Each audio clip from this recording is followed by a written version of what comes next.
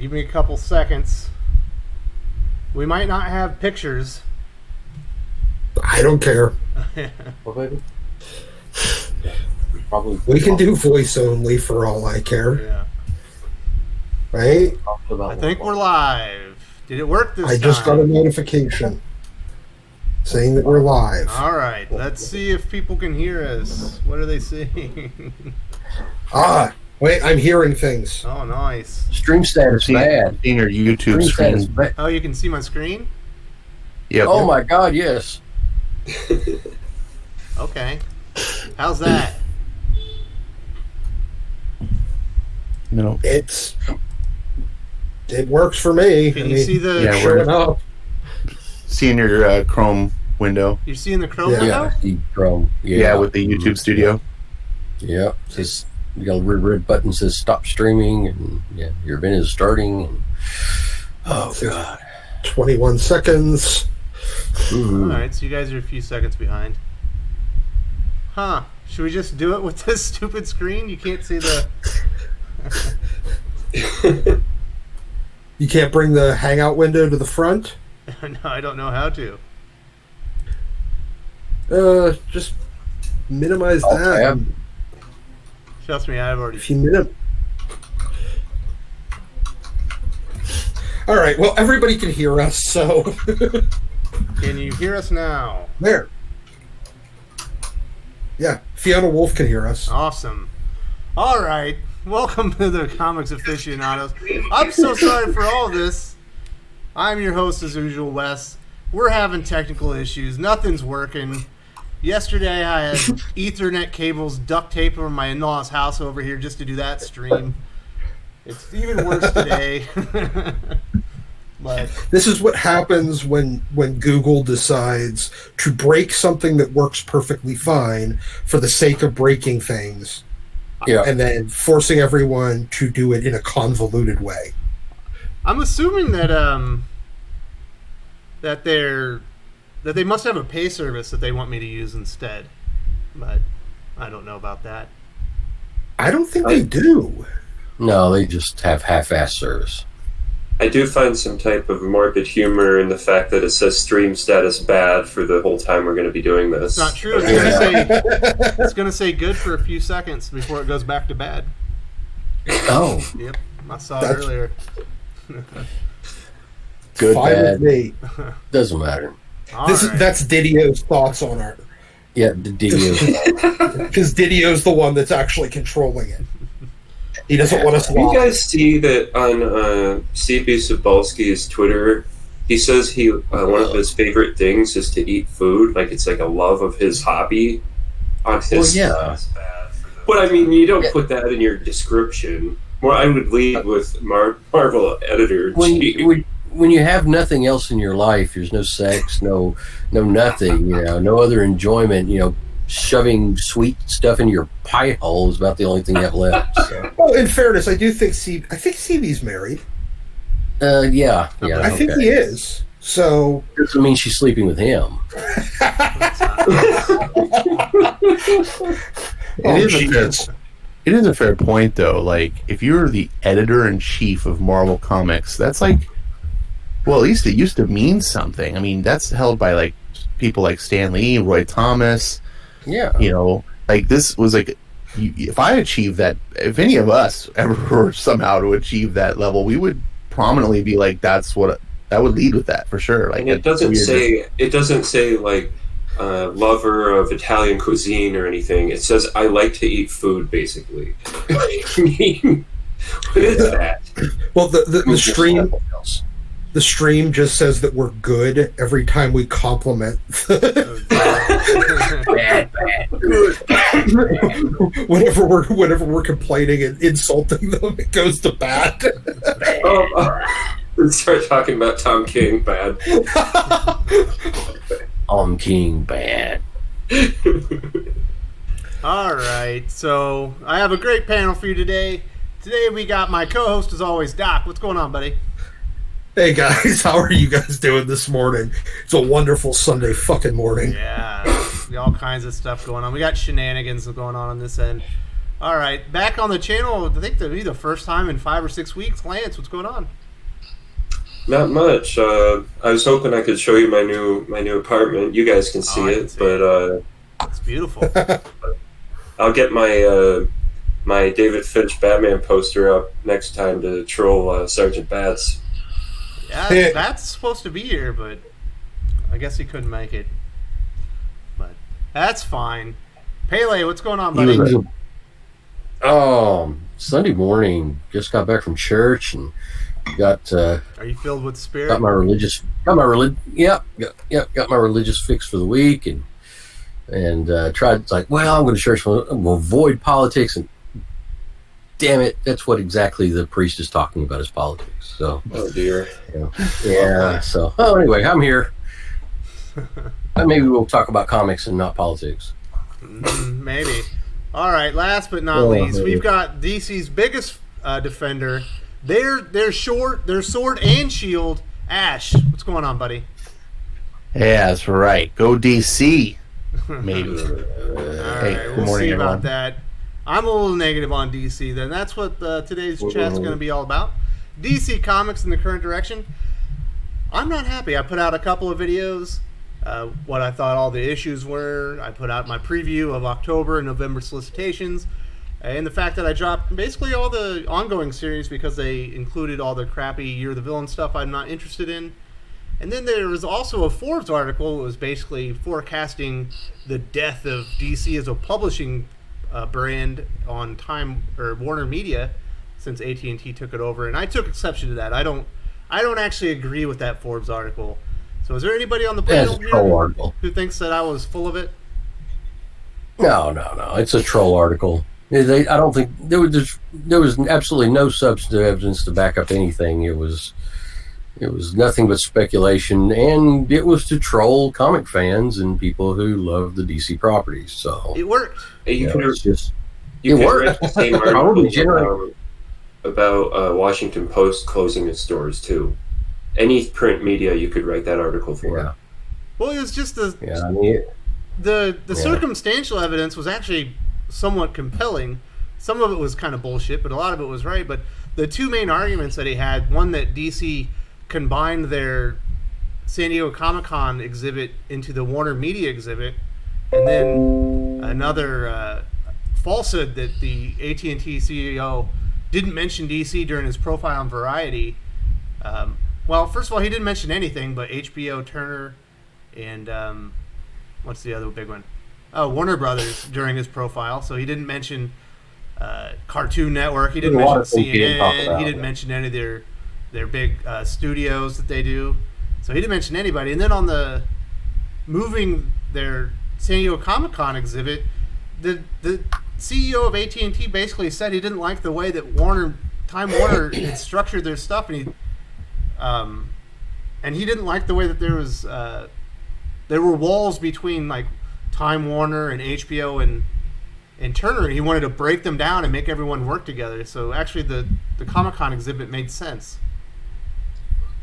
I would point out though that they have a necessity to publish Wonder Woman monthly, or else they lose the rights to the character.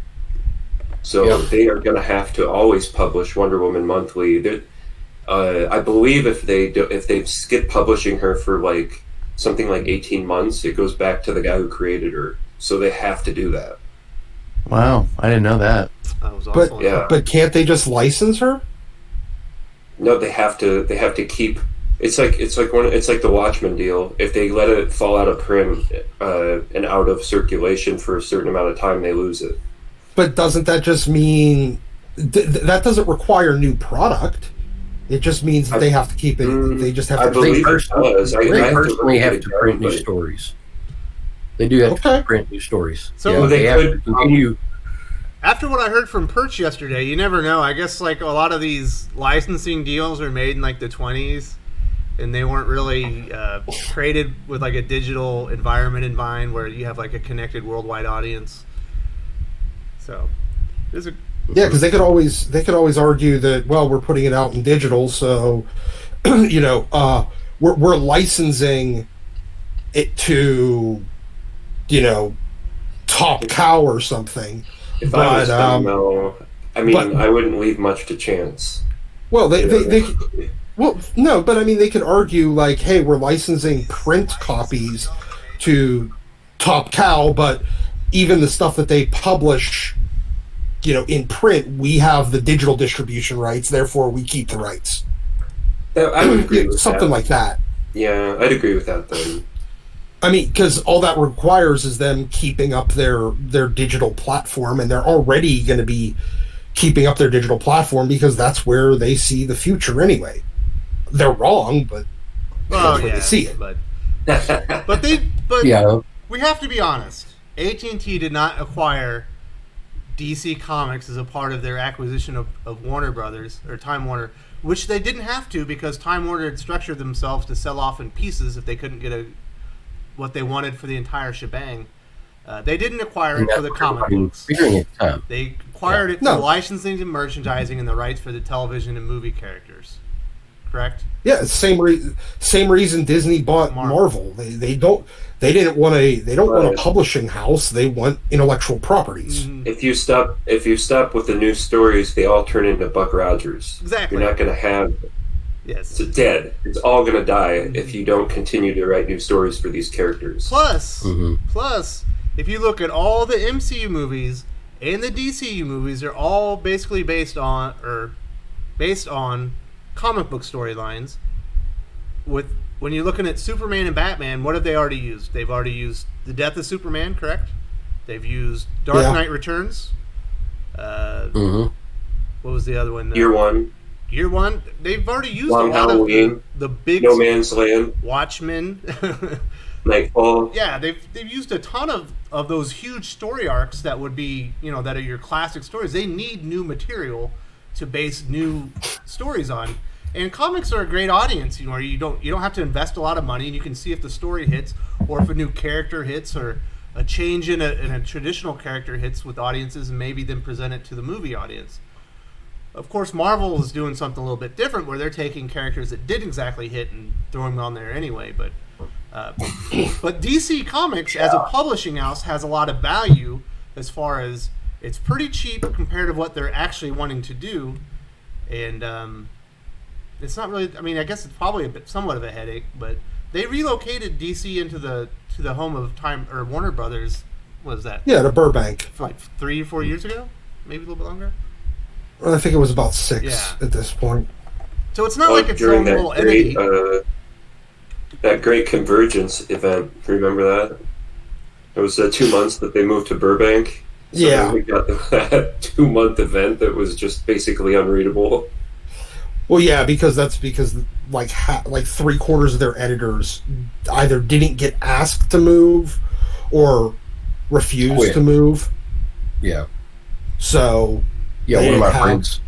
You had a friend who was an editor there, copy editor, and she just refused and left. So. All right, so Dylan O'Connor is saying he read the article and it seems that DC bought it, or they bought DC for streaming purposes. I couldn't disagree with that more.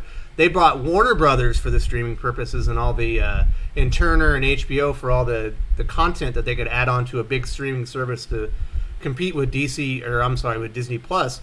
But DC Comics doesn't really have that. You have the animated movies, you have the Warner Brothers movies, which they already had the rights to, not DC Comics. So what DC Comics actually brings is the publishing and then the icons and trademarks. So and the licensing. Yes. Yeah. So I don't think AT&T was like, oh, we want what is it, DC Universe, where we want the digital comics streaming platform combination thing that they tried that I think isn't ever going to work. But they certainly acquired Time Warner for the streaming purposes, but I don't believe the DC Comics portion of it, other than the CW shows, which they don't even have the rights to out anyway. I believe Netflix has those. Well, I mean, for the time being, until that contract, they'll consolidate them.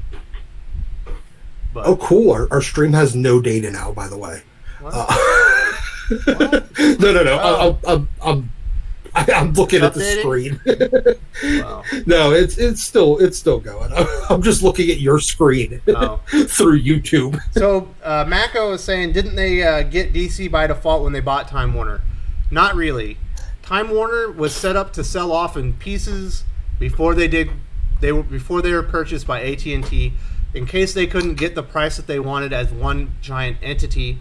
Of course, you have the big war going on where you have Disney and is it Comcast. Comcast. They're the biggest one. Disney, and then AT&T, which is your like distribution and whatever services, acquired all these content and creative services in HBO, Turner, and Warner Brothers. But they did not need to include the DC portion into the thing. But why wouldn't they? Because they want to make DC movies.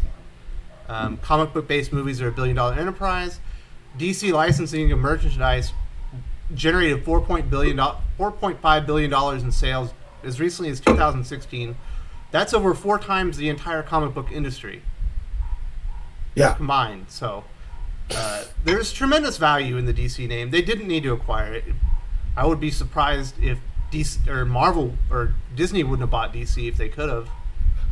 Yeah, but there's no way they could have. The antitrust would have kicked in so fast. They tried to do that on the AT&T deal, but the Trump administration lost. Actually, they kind of lost pretty hard on that one. It didn't even come close.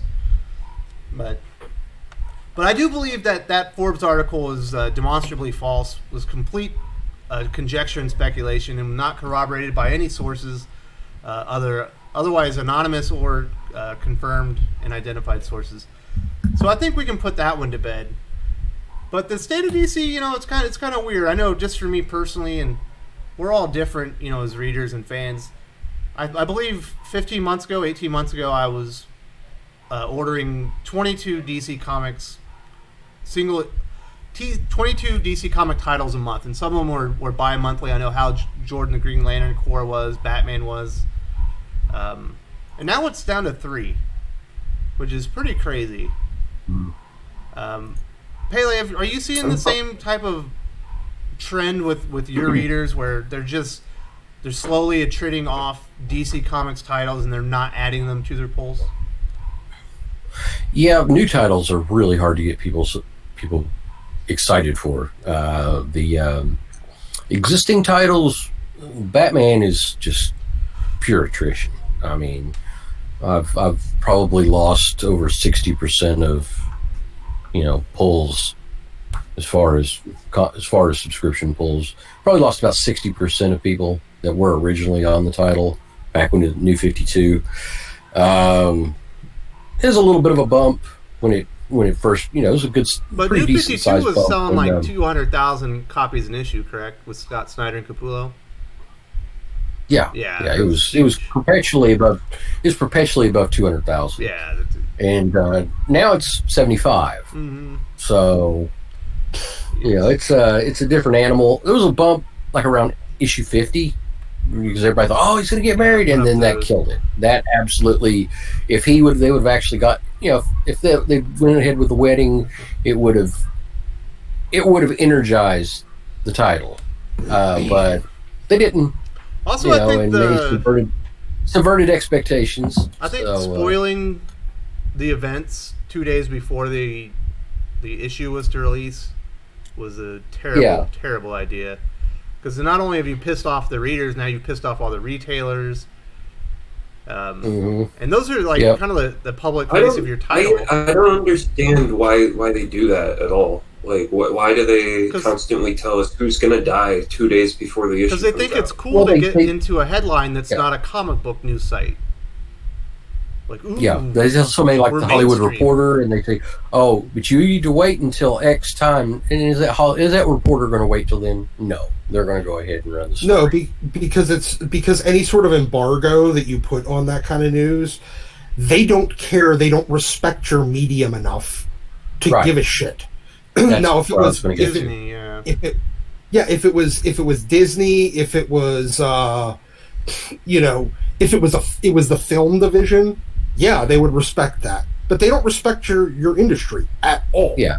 Well, so there's another thing with the embargo thing. It's like the whole purpose of what they were doing with Batman 50 was to get it out there before they. In my perception, it seemed like they were trying to like imagine themselves back in the 90s with the death of Superman, you know, and was making like New York Times front page news. DC is going to kill Superman, you know, like I could see it in their minds, like they're just imagining like, oh, it's going to be big news. Batman's getting married, you know, like.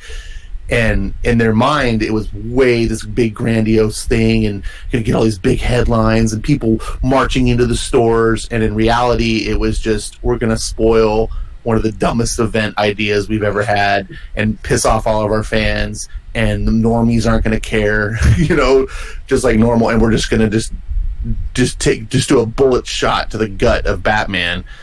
And it's been bleeding out ever since. And they screwed over all the retailers that were planning all these wedding event parties that were midnight releases. Oh yeah, yep. We had midnight. I think I was already talking with you guys at that time. I was like, we had the release party. You know, we were there. I had hired employees. We were like, yeah, this is great. But they'd already leaked that out. So probably 90% of the people who said they were going to be there didn't bother to show up. Mm-hmm. You know, I had like 4 or 5 customers show up. Why bother showing up? Yeah, I had, counting myself, I had as many employees there as customers during the whole event. Yeah, and the event came out of your ass, right? DC didn't give you money to plan and execute this event. Of course not. No, you took your money to promote their book, and then they went around and screwed you over by spoiling it and killing all the interest in it. Precisely. And subverting expectations because subverted the hell out of my expectations. I'll tell you that. Yeah, I expected an event that actually would happen. And then they say, "Well, we'll make it returnable." It's like, yeah, but are you going to pay me the money that I had my store open on a midnight on a Wednesday? It's not. Oh, I told you. Oh, didn't I tell you? I made out an invoice for the hours and the electricity, and all the cost that was associated with that, and I gave it to DC. I submitted it to them, an invoice for payment. It was like $175. I said, this is due, now. I sent the invoice and never heard back. So, but, Dave asked Sandwich is saying his LCS had a wedding cake and decorations for a wedding in their store. Wedding cakes are expensive, I can tell you that. I had a wedding. I didn't go that far. No. Also in the chats, we got Comics and Vlogs with Rorschach. He has a great channel. If you've never gone over that one, he's really funny. He talks a lot about comics and stuff, but he also talks a lot about life, and he has a lot of funny stories. So if you've never checked out Comics and Vlogs with Rorschach, you should definitely do it. And thank you for being here, Bumbat. I know he's friends with Bats, I believe, who was supposed to be here. But I think I watched... Bats has friends. What? I think Bats does have friends. I call shenanigans on that. Anyway, I'm just kidding. What were you saying, I'm kidding. I like it. I don't remember. My train of thought got derailed. I think you were saying maybe you had seen his channel or something, but that's fine. Oh, yeah. I think I saw something on his channel the other day, and it was good. Mm-hmm. Yeah, it's actually pretty good. It's like... I don't know. You got to watch it. It's funny. It's really good. So, what are the other issues with DC Comics? Like the Year of the Villain, I don't like it. I don't want to be a part of it. I don't want to read any of the books associated with it. And then, it reminds me of that Scourge of the Underworld story, where at the end of every issue, there's 2 pages that have nothing to do with the issue, and then it's all going to build up to some other thing that I really don't care about. Exactly. Right. Scourge wasn't even a great story. I've read it. It's just like, okay, this is very mediocre, blah, yeah. It's just, and I have sitting at my shop, Hickman and Detective Comics, and I'm gonna get them, but like my enthusiasm is at an all-time low. I mean, I could have got them Wednesday. I was like, I don't want to go this week. I'll get them next week. Mm-hmm. Exactly. Yeah, I canceled them. I was like, Hawkman's great. Is probably my second or third favorite book in all comics. Like, whatever. I'll get rid of Detective Comics. Teen Titans, one of my favorite books. Like, I'm not getting any of this stuff. If it has You're the Villain on a banner on the top of it, I'm not reading it anymore. Unless it's Batman or Superman. Do you notice, though, all the infected characters are characters with titles either on the cut line or basically characters without titles at the moment? Like, it's so obvious. It's just like, oh, is Green Arrow infected? Probably. Is Hawkman infected? Supergirl? Yeah, all the characters' titles are about weren't they paying attention? Weren't they paying attention when Marvel did this and it didn't work? You know, it's just. Oh, the Skrulls when they were Skrulls. Oh no, they had the what was that one? The virus. It was like a virus that affected all the heroes mentally, and it made them all evil. And sounds like a Doc question. The villain. I have no recollection of this. Yeah, and then the villains actually had to okay, we actually got to pull our shit together here, or they're going to destroy the planet. Oh wait, are you talking about Axis? Yeah. Okay, that was no, it was when everybody got inverted because of yes. Because apparently you can graft dead Professor X's brain onto clone Red Skull body and give him Professor X's powers, magic, and because comics is a suitable answer for most things, right? But that was one of those cases where I was just like, oh, this is bad. And then they inverted all the heroes. Tony kind of became the superior Iron Man, and he was running around in a silver costume, and he was a drunk again. Sabretooth became good. They kept that one for a while, even beyond Axis. Yeah, some of the characters actually stuck. Okay, because that whole event was designed completely around turning Scarlet Witch and Quicksilver into not Magneto's kids. Right. Okay. And that was the whole. There was a few of the villains they wanted to turn over into heroes, so they could run hero storylines for a while. But the only big thing, because they've done Sabretooth being good a couple of times. They did it in the 90s. They did it with Mike Carey's X-Men run, and now they did it with Axis and Weapon X. All right. Let's get back to DC, guys. Yeah, go ahead. But anyway, they tried that and it failed. So and then DC didn't get the memo. Yeah, so Marvel's about to do it again with Infected. I think it's Contagion, but that's only 5 issues. Contagion, that's it. That doesn't seem like it's going to affect anything with that one story. So it sounds like Lance is kind of in the same boat I am. I know Pele's not extremely enthused by DC right now. Ash, you're the dissenter. Tell me why I'm wrong about You're the Villain. Well, I mean, it's not so much that you're wrong or anything. It's if something doesn't appeal to you, it doesn't appeal to you. But I'm saying you're wrong. I'm just saying you're wrong. No, I mean, let me just instead say why it appeals to me. I like that DC is doing an event that doesn't force me to buy a bunch of bullshit number ones that they just created out of thin air, a la War of the Realms. I like that it's not spanning a million different titles that I have to follow and go, okay, I read Supergirl this, and then I go to Batman this, and then I go to Green Lantern this, and then to follow this convoluted story. It's more of a thematic event where it's like, this is what Luthor did. He's giving all these villains all this power over their heroes, and you're going to get to read about it in the pages of your heroes' books that presumably you're buying anyway. Now, whether the execution of that turns out to be any good, obviously remains to be seen. That still bad comics are bad comics. Like for me, I'm reading Hawkman anyway. So, is the story with Shadow Thief going to be good? I hope so. If it sucks, then it sucks. But DC having it tie in and be a part of this whole big event thing with Luthor.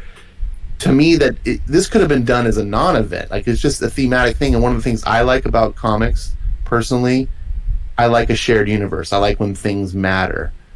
And so the fact that there's a big event happening in the DC universe, Luthor's doing this, and all the heroes of DC are affected by it, I like. Even though I'm not going to buy 90% of the books that are there, I appreciate that, for instance, there's a Supergirl story for a Supergirl fan to enjoy. I'm not going to buy it because I'm not a Supergirl fan, but I'm going to buy my books. And if there's like a central, like 6-issue story miniseries, which I understood that there was, I'm going to probably buy that. I don't know. I thought Batman Superman was ongoing. Ash? Did we lose him? Did we lose Ash? We lose Ash. Oh my goodness. Bummer. It is. He finally passed out from his own BS. My goodness. I think it's a maxi series, I believe. It's kind of like an undetermined. Oh, as soon as I saw that Batman Who Laughs was like one of the main plot points, I did not care about that title. I was just like, all right, never mind. I get people a lot like of people the Batman do. Who Lolls, like he's a big hit character, but he's stupid high school fanfic. That's like something 13-year-olds come up with at lunchtime at school in the school cafeteria. What if Batman and the Joker became one? Like, oh, that would be awesome. Like, get out of here. And was the exact design of Judge Death also, like, that bothers me a little bit. I know that it's like coming full circle in a way because Judge Death is based on the Joker, but taking off that helmet design and just totally aping it just bothers me. It's just like, come on. That's a long-standing comics tradition. You can't like anything Rob Liefeld if you don't like things that aren't copied from somebody else, right? Yeah, you're right. But you know the problem with those tie-ins for You're the Villain is they just aren't creating a sales bump for the smaller titles. It's the normal attrition for Hawkman and Supergirl. So what's the point? Yeah. Like, and they got enough Justice League titles out there. Why not tie it into a Justice League event and leave it out of the solo series? Yeah, I would much rather it just be contained to Scott Snyder's books. It's his event. It's his brainchild. Just use your characters. Hawkman doesn't need to be in on this. And the other thing that pisses me off about Hawkman is he's a character that reincarnates across space and time, looking to redeem himself from the sins of his past. He's a pretty noble character with a very noble story arc. Yeah. I don't like him being dragged into this BS. How's that? Can you imagine after issue 13, Robert Venditti starts getting notes saying, well, you're going to have to create a story where Hawkman gets his ass whooped for 6 months. Mm-hmm. Great. Well, that's great for me. Make sure he gets his wings ripped off, and we're going to put him on the Batman Who Lolls. It's going to be cool, bro. He has no shadow. Yeah. Did my audio back? Yes, it is. Yeah. Hawkman was cowering on his knees at the end of the last issue. Mm-hmm. This is like, come on. It was such a good title. Yeah. I'm just pretending Hawkman 1 through 12 was the whole story arc, or the whole... Well, 13 was quality, too. Actually, it was. Yeah, the one shot where he's on the two planets. Mm-hmm. And he keeps bouncing between sides as he's reincarnating because he has to stop the war. That one was pretty cool. All right, Ash, where were you at, buddy? I don't know if you heard anything that I said. I went on this thing and I was like, wait, and now no one responded. So I didn't even realize my audio was You were on a thing and then you just stopped. What was the last thing that was heard? So I don't... Uh-oh. Oh, no. I don't remember that part. Shit. I don't remember. I got to take notes. Jeez. Well, I just don't want to, repeat myself. Sum up what I was trying to say was I appreciate that DC's trying to do something, this non-linear thing that's not forcing you to buy all these different titles to follow this silly story. It's more thematic in its nature. And really what's going to boil down to is the execution. If a book is good, a book is good. True. That's valid. I mean, that kind of reminds me of back in the 80s, whenever they did Acts of Vengeance. you didn't need to read all of the books. You could just keep reading your regular titles, and you just got a obscure, non-traditional villain for a month.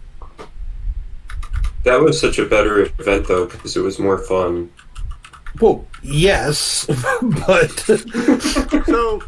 so one of our viewers, Mark C, is saying his first point is that DC needs to drop down to 25 titles at no more than $4.99 each to get rid of the bad talent. I'll agree with that kind of to a point. And then he also says if DC says nostalgia is selling, they should return characters to the 82 style guide. So he wants the new 82. We're going back in time to the 80s. What do you guys think about that idea? I'm good with 25 titles in an entire line. Mm-hmm. Yep. Yeah. But see, the problem is they're just going to supplement it with 27 miniseries. Yes. Miniseries and events. Yeah. Absolutely. Also, all the hack writers are going to start complaining and worming their way into the 25, and then you're going to end up with half of them being quality. Then you're going to say, "Well, I want to do 13 then." So speaking of hack writers, Cena Grace is moving over to DC Comics. I'm not done, fellas. Oh. So as far as I've been told from a couple of sources, so it's not set in stone, but it seems pretty legit. Is that is it Kelly Thompson will be coming over, and then there was a third one. It was Rosenberg. The path is already there for Rosenberg and Kelly Thompson to come over to DC Comics, and it should be done by the end of the year. I'm not happy about this. But I'm perfectly happy because you're a Marvel fan. See, I'm a Marvel guy, and getting them the hell out of there is, I'm sorry. I'm sorry. You get our cast-offs. I think DC's about to go through an infection. Is what I think. It started in the storylines with the You're the Villain, and now it seems at the end of the year their actual publishing arm will be infected. Yeah, they're becoming Marvel 2.0. They're bringing in all the writers no one likes. They're doing these crappy titles like Female Furies, Lois Lane, Harley Quinn is even bashing on like customers now. It's like Marvel all over again. So I'm sorry. I think the comics gods will prevent me from defending DC. It's crazy, And they why does Dan DiDio keep trying to grab all these hot potatoes off of Marvel too? Like Cena Grace just burned all those bridges at Marvel. Why would you bring him in? It's not Dan DiDio. I believe it's Bendis. It's Bendis. Was Bendis a publisher now, though? How's he have this? Listen to me. As was explained to me, when Bendis got the deal from Dan DiDio, it was in mind that Bendis said that he was going to take some of Marvel's talent with him and infuse it in boost DC Comics sales. So this is all part of that, and he's got like carte blanche to bring his talent over. Obviously, it's not working.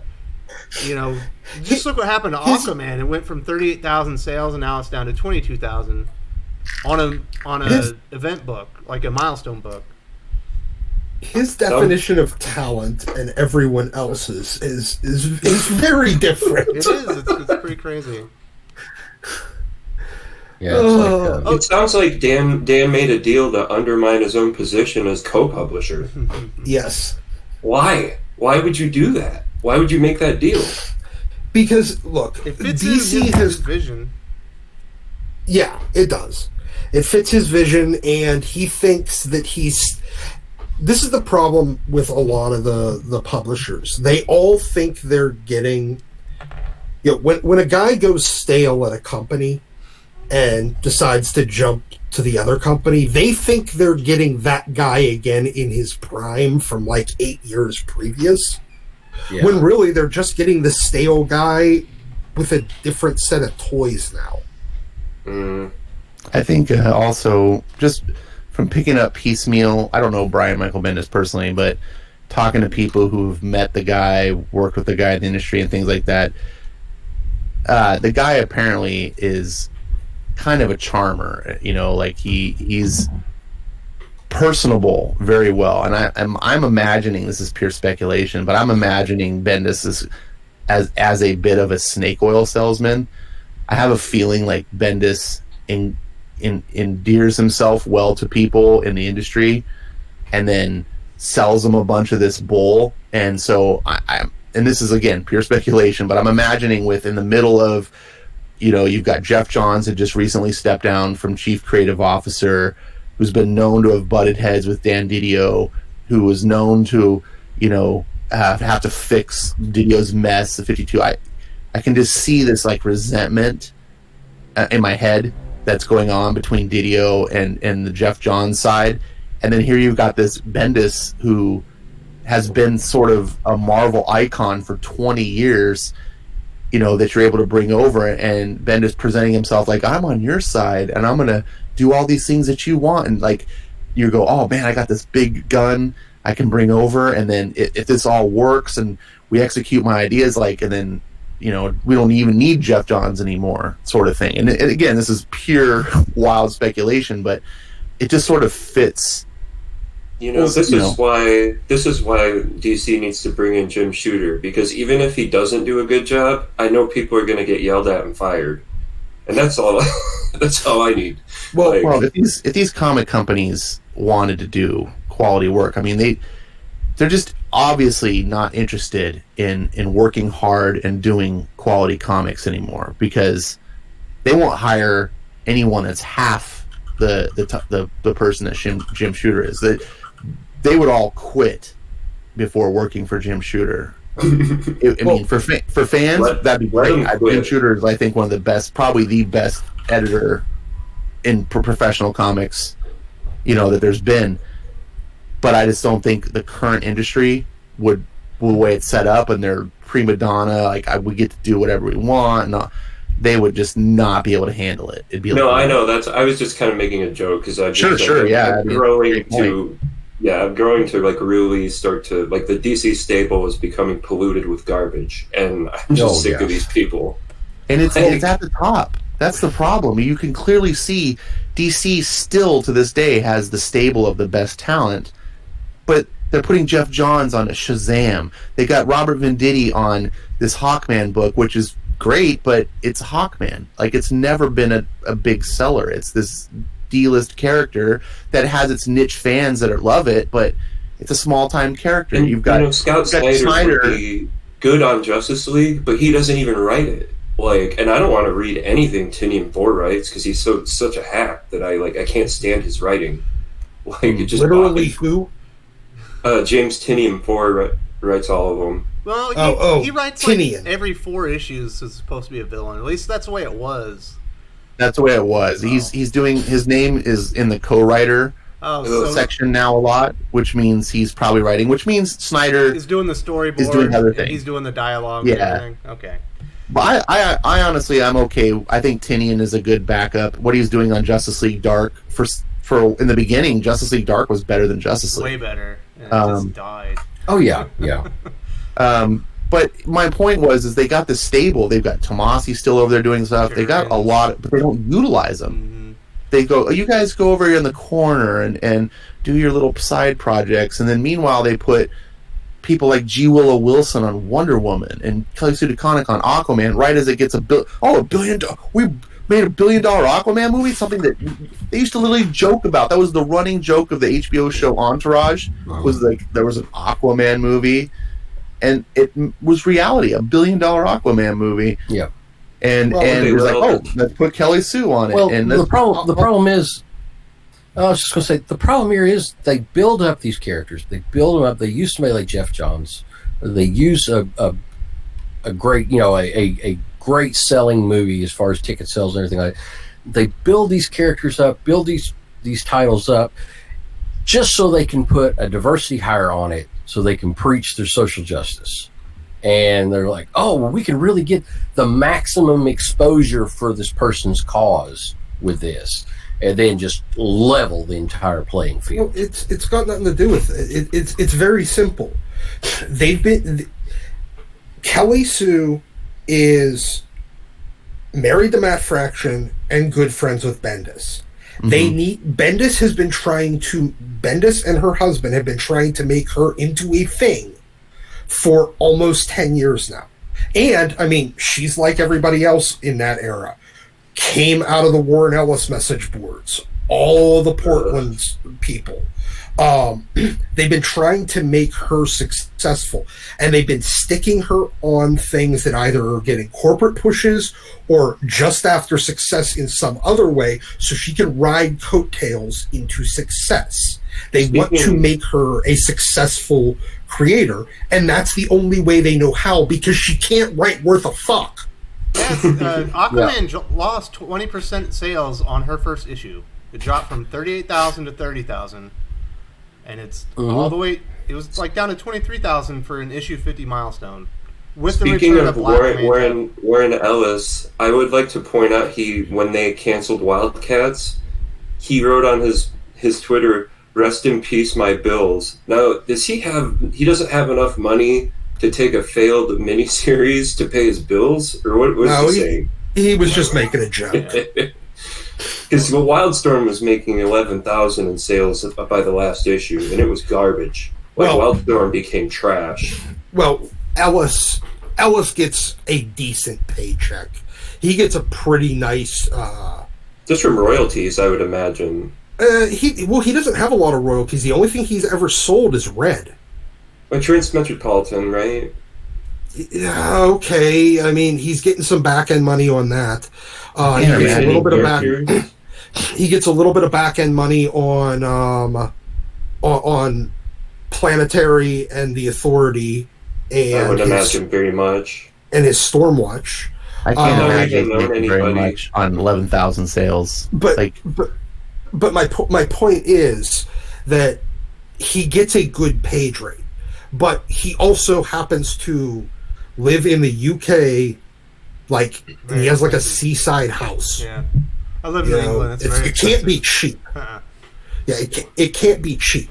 And the only thing he's ever really sold is he probably got a little bit of money out of Iron Man 3 for the Extremis thing, and he got decent money. He probably got decent money for the 2 Red movies. That's it. Oh, that was such a bad movie.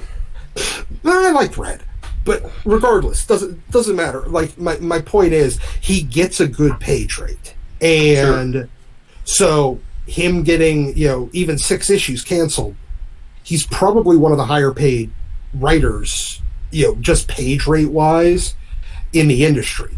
So what did you guys think about his? What was the one he was about to relaunch? Was it Wildcats?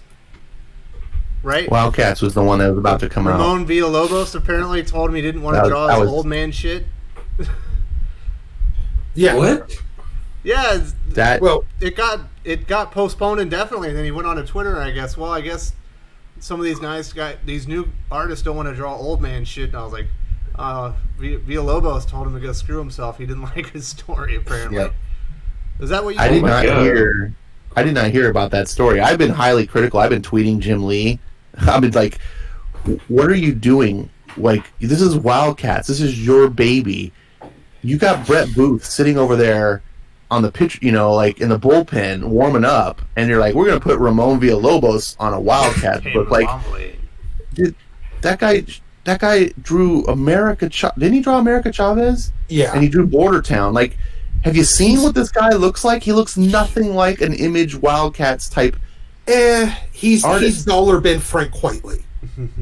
He's 25-cent bin Frank Whiteley. But as far as ongoings, Detective Comics is a top 5 seller for DC, and a full-page ad for a comic that wasn't going to sell was Jim Lee putting himself out there, and then this artist does that? I can't believe it. Like, what is he here's thinking? the thing. They knew what they were doing, because you look at those covers, and they were all like, I don't know who the artist was for the covers, but it was that faux Image style, right? Mm-hmm. And you're just like, it's like you're bait and switch. Like, do you even know? It's like the one comic Jim Lee should know how to produce is Wildcats.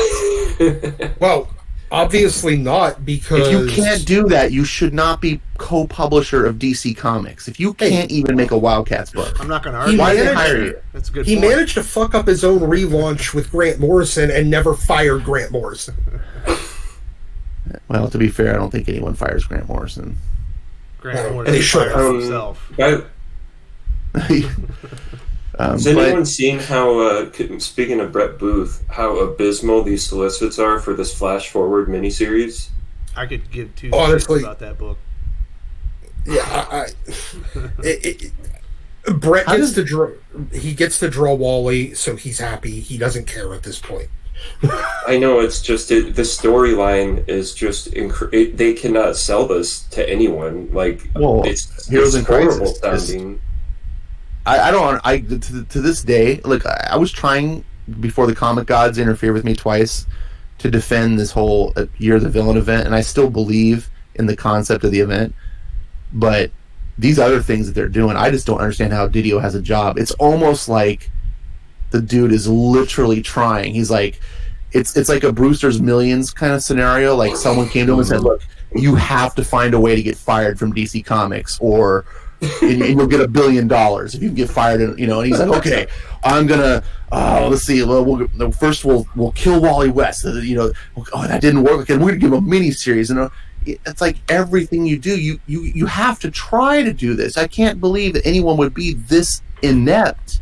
It doesn't make any sense. Remember what a mess he made of the New 52 on the home stretch? Wonder Woman had that awful costume. Batman was a robot. And Superman had no powers and wore a t-shirt. Mm-hmm. Yeah. This Flash is like the most ill-conceived idea. It's like, dude, you just finished pissing off every Wally West fan in existence. And then you're like, hey, kids, remember how you hated us for killing Wally or turning Wally West into a murderer? Now we're giving him a mini-series. Just what you wanted. And you're just like, right. I can't pass on that hard enough. Yeah, DC's doing a lot. Like, have you noticed that all of a sudden Black Label is no longer their like premier prestige line? It's just Joker, Harley, Batman, and then now it's Joe Hill, horror comics. But they're all going to be $5 to $8 an issue. Yeah, Man, they we canceled Vertigo. that has to be a record. That has to be a record for how fast a label was absolutely destroyed. All-Star. It's All-Star. well, It's close. It's close.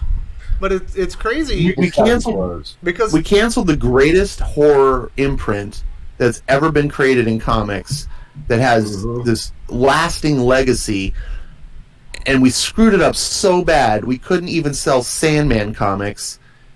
So we're going to cancel it and then give it the guise of, oh, it's brand confusion. People just don't know what they're buying. And then we're going to throw all this stuff into a Black Label that it was never designed for, never advertised for, because that'll make things less confusing. Oh, and then all that premium goodness that people got goodwill for, like, oh, these first couple launches of Black Label, everyone kind of liked Batman Damn, everyone kind of likes this last line. Oh yeah, we're all kind of happy. And then this flood of bullshit's going to come in, water it all down, and you're just going to be like, what the hell just happened? so it's I do think the Sienkiewicz and Dennis Cowan question looks very promising. I'll say that. you're talking about the Lemire book, yeah. So the what's her name? Oh man, Garcia, Cami Garcia. Her Harley Joker Criminal Sanity book is 9 issues, and it's $5. It's $45 for the entire book or the entire story. No. Who's paying $45 for a $45 Cami cheap. Garcia book? Exactly nobody. It's insanity. Mm-mm. So they basically Yeah. they're doing what Marvel they need- did. Where Marvel started. Well, we'll just put higher prices on everything. Now everything DC Black Label is premium priced, whether it's got Frank Miller or Scott Snyder or some great artist on it or not. It's like, oh, Cami Garcia's premiere. You're like, what? Since when? Yeah, and those covers, now that there's 3 or 4 of them out, that series does not look promising, even if you're being kind. It looks like garbage. It's a Like- ripoff of Silence of the Lambs. Well, the last cover reminded me of Halloween. where it had like a kid in a mask looking at a mirror, and I'm like, oh, it's kind of like Halloween and type of thing. Well, I'm pretty sure But, that Hannibal Lecter wore somebody's face once, right? Oh, that's a good one. But It's just going to be a hodgepodge of horror tropes anyway. yeah, I don't get it. What do you think about Kami Garcia's Harley Joker book, Ash? I think it's atrocious. I think the fact that they're giving this woman, first of all, even be on Black Label, they could say, "Oh, it's a $2 special. We're doing it old school pulp style with newsprint and giving you for $2." I'd just be like, "It's Black Label. She's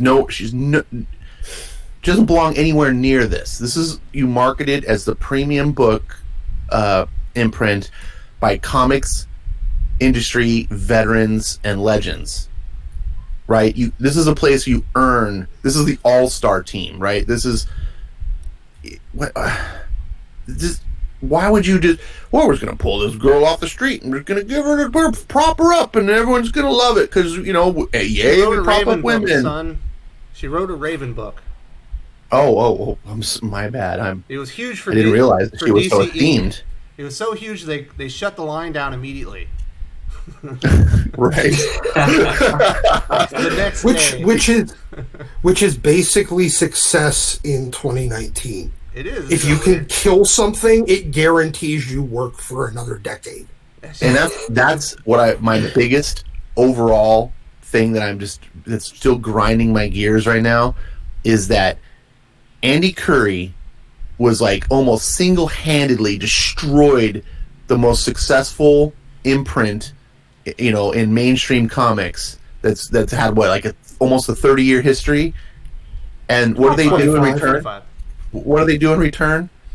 Oh, we're going to move you over to Black Label. Like, what? That you just get a lateral promotion? Like, yes. For destroying something yes. good? Like, that. So this is what's going to kill me. So when Black Label now fails and they pollute it with all their bullshit and they put out these $8 books that no one wants by nobodies, Dan DiDio is just going to be like, oh, and no one's going to hold him accountable. He's just going to continue running rampant by keeping Young Animal alive when it is never sold. Like, I don't get it. Doesn't it have? Well, Young Animal's another thing. You consolidate your imprints, Netflix but show. Where's Young Animal? Right? Doesn't it have a Netflix show or something? He does, but they're never going to make all that Doom Patrol stuff's Grant Morrison. The Gerard Way is adding nothing to this. Mm-hmm. Yeah, I don't get this. Isn't going to matter. Well, yeah. No one's going to use these plots. Yeah, Young Animals is as important as Jinx World. Jinx World. I don't think they have one title selling over 6,500 copies right now. Both of them, all of them are just vanity imprints. Mm-hmm. They're Young Animal is there to be able to say we have Gerard Way, and big deal. Jinx World. Yeah, I know, big deal, but they think that it matters. And Jinx Umbrella World Academy mattered. Well, I mean, it's never going to matter to DC though. It matters to Dark Horse. Doesn't matter to DC. But Doom Patrol is so similar. Like, so I think DC's trying to be like, hey, we can have his magic on Doom Patrol. But he's not even writing it now because Becky Cloonan's writing and drawing the next issue of whatever Doom Patrol's called now. Be that as it may, I can't fault him for at least saying, hey, let's try to kindle some fire in our book. But the Young Animal imprint is what doesn't make any sense. Just make it a DC book. It's because Gerard Way wants a vanity imprint. The same reason that Jinx World's there. Because Bendis wants a vanity imprint, and the way to keep them there is to give them their vanity imprint. So if we take it away, you promise to leave? That would be great. Yeah, I think it would be great too.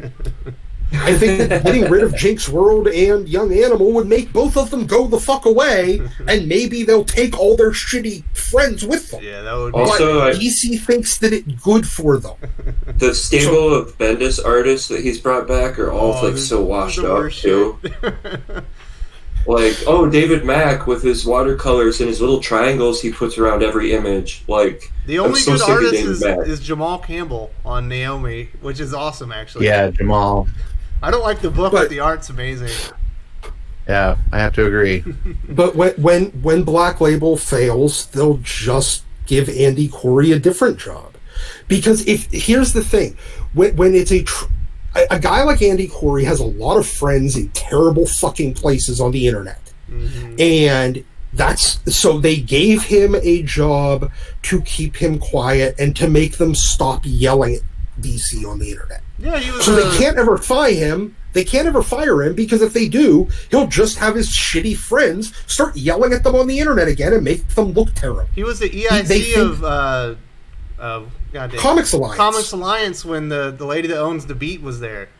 When Heidi McDonald was there. So but here's the thing. I mean, I think at some point someone needs to pull the reins in and realize having legions of fans that actually buy your books saying shit about your company on the internet is more of a big deal than some disgruntled fired editor. They seem to think that the weirdo hordes that Andy Corey can control and that Heidi McDonald can control and all the other Comics Alliance fucking alums can control on the internet are a bigger detriment to them because the media's on their side. Yeah, and at some point, how many imprints do you lose? How many comic sales do you lose before you just have to succumb and go, oh, okay, I guess it can't get any worse? But we're saying Superman's this down to about 30K. Superman's at 30K. I know, but we're saying this about all of media. It's very simple. 30K, get woke, go broke. Superman wasn't at 30K. They did hardbound issues, so they sold 13,000 of those and 30K of the regular. Oh, so it was 43K. So it was 43. So technically, you got a tiny bump. Black Label? I apologize. Same thing with, audience. Do you think happened with Batman? Sorry. Let's. Oh, do you think Black Label will be around long enough for Frank Miller's next project? Yeah, I think it'll be around for a couple years at least. I mean, it should, but this trajectory is already. Well, DC is going to force it. It'll get subsidized. Even as it fails, Jeff Johns' DC The Three Jokers still has to release, so that's at least 5 years, right? Jesus, dude. So everything. Poor Jeff Johns. Everything he writes now is delayed. What do you think about that, Paley? What do you think about all the delays and the cancellations at DC? They just need to give DC to Jeff Johns. I mean, kick everybody else out and just let him decide who's going to be writing and who's going to be doing the art and everything. Just make him editor-in-chief. Yeah, but fire everybody else and have him hire everybody else. He's got the Warner have him Brothers hire deal, everybody he wants. right? Huh? He's got the big Warner Brothers deal. I know. I'm making a wish They would list. have to give him a lot of money. I mean, I would love it, but Here's what I don't understand. This is because Marvel structures things different, I think. But in Marvel, the editor-in-chief is the big honcho, right? Mm-hmm. At least that's how it used to be. At DC, it seems like the editor-in-chief doesn't do shit. Bob Harris has been the editor-in-chief of DC Comics forever. Now, I come from, I'm a big fan of the 80s and 90s, and Bob Harris used to be the editor-in-chief of Marvel Comics. Yeah. During that time. And I thought Bob Harris was a really good, factual, it was a good time at Marvel Comics with Bob Harris. But at DC, he just seems to be what does he do? Does he just sit around? What? I don't know. What happened? Well, it's got to do with just kind of the corporate structure.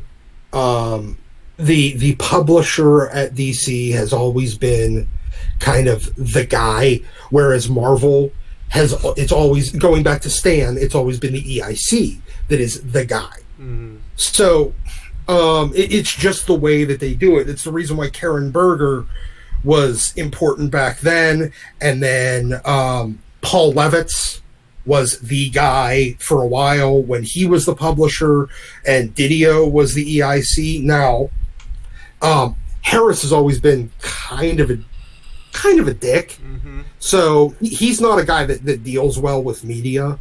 So DC's, ever since it was Levitz and DiDio, where DiDio was, I think he was the EIC, and Levitz was the publisher. They And then when Lovitz left, DiDio became the publisher, and Harris became the EIC. But since Harris doesn't really get along with the media, they kind of let DiDio do that. And just and they brought Jim Lee as a co-publisher instead of having a publisher and an EIC. That was kind of like, because DC's always been kind of like a two-man front, whereas Marvel's always been kind of a one-man, going all the way back to Stan. But it's just corporate kind of, they're different cultures. They make the EIC at Marvel the guy, and they make the publisher at DC the guy. So, yeah, no, Valiant, right. the guy that was the chief creative officer, he was always the one that was the focal point of the company. So it's just a culture structure thing, really. But it's not really that much better. It's not like Dan Didio deals well with the media and in public. He went into San Diego Comic-Con and made himself look like a dumbass. He's still having to eat these words where he talks about, look, people would rather buy those reprints than the new comics, and continues to do dumb shit like releasing Flash and doing like, dude, did you even understand what the words that came out of your mouth? Like, no, they always come to the exact wrong conclusion with all the data that they have. Well, everyone. When you're presented with new information, you can always bend it to fit your previous thought pattern. So if you don't look at things objectively, it's all just proof of what you thought anyway, right?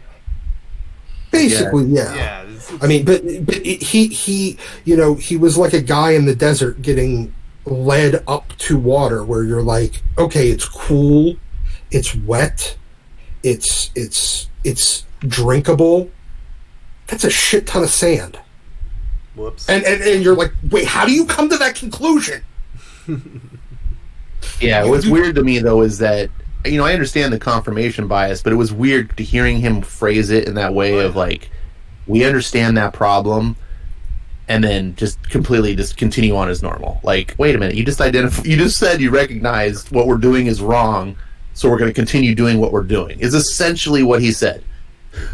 I would say, that Jim Lee, he has done an excellent job scouting artists for DC, but the problem with DiDio is that he keeps pulling talent from Marvel when they used to find smaller indie titles and pull talent from there. I think there's guys writing for Vault that I would give a look at. I think that there's just a little bit more due diligence than Marvel retreads, and we all know Marvel's not paying anybody anything, so you're not getting quality there anyway. So why bring over Matthew Rosenberg when he's just basically tanked the Punisher for 3 years straight? Like, I don't know. I don't get it. Well, there's a lot of... There is so much... how do I phrase this? The level of... sorry, my mind is just fried right now, but... The friendship network, they are trying so hard to keep their friends employed, and I don't know why it comes down to that. It seems to me it always comes down to that every single time. There is a set group of people that no matter what happens, they're going to try to keep them employed. And if that means that they have to pass them from one publisher to the other, they're going to do it. And it's the same group of failed writers, failed artists, that they feel that they have to keep employed. And it blows my mind. This nepotism, the nepotism involved just blows my mind. It's like they just can't fire these people. They can't just tell them, go somewhere else, go do something else. You're not good at comic books. Am I wrong?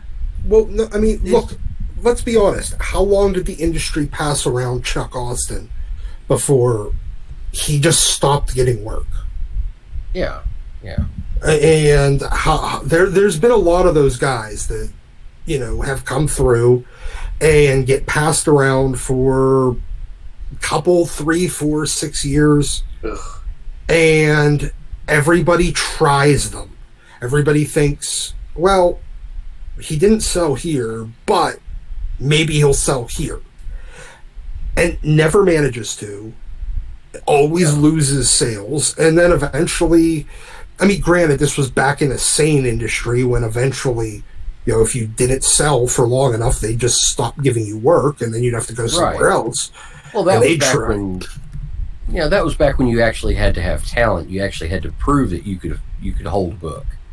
Yeah. And, you know, it doesn't seem like they go by merit anymore. There is no merit-based reward system now in modern comics. Does anybody else see an issue with Tom King's lapdog editor jumping over to the Justice League titles?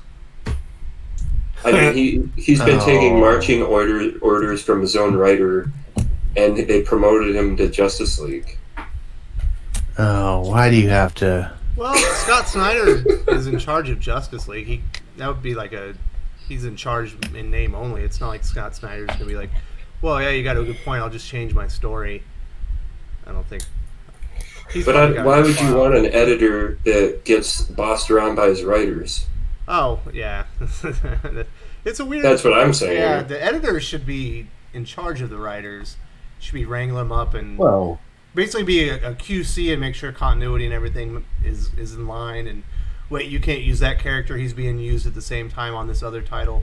But they don't really do that right now. I mean, look at the position that guy was in when he got brought in. Tom King had already run out his last editor. He said kind of like, it's him or me, and DC definitely should have picked the editor. And then they brought in a new guy who's like, okay, so he just had the head roll off the last editor. So basically he can do whatever he wants. And then we saw from issue 25 to now what Tom King does when he does whatever he wants, which is kill Batman. Titles. He also killed Nightwing.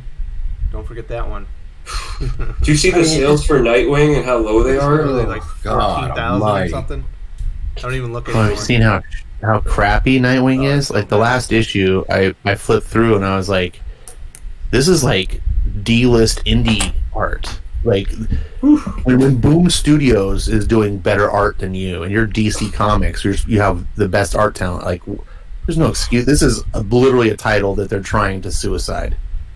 I tried to... And Dan Jurgens, he, when given the right character, sells. But then they're sticking him with Nightwing, and he's not even Nightwing, and fans don't like it. Not really his fault. And Batman Beyond, maybe it's run its course, but, like, if you put him on Superman, you will see a spike. Oh, yeah. Like, people like him on Superman. Mm-hmm. Yeah, it's too bad. I just don't get it. Before that, they put him on... There was probably the worst comic story I've ever read was in Green Lanterns. It was 2 issues in a row. I can't remember who the writer was, but they just stopped that story, put Jurgens on it, and said, you can finish off the story now. It's like, this guy deserves a little better than this. He's just finishing off people's crappy story arcs. He has to do the same thing with Nightwing. Like, what's up? This is totally... off topic, but I just saw this. Apparently there's going to be a Harley Quinn Breaking Glass series by Mariko Tamaki and Steve Pugh. That's like a novel, though. It's a graphic novel. It's an original graphic novel, but Poison Ivy is a black community activist. The ginger genocide continues.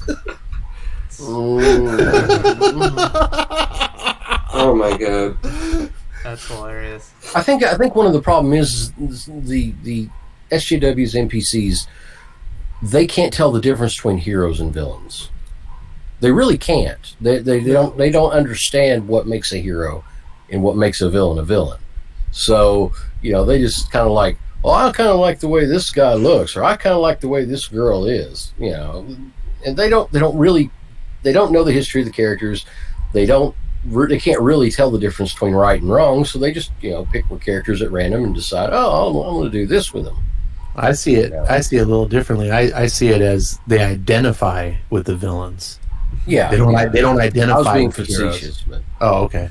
But I feel like they identify with the villains, and because they are villains.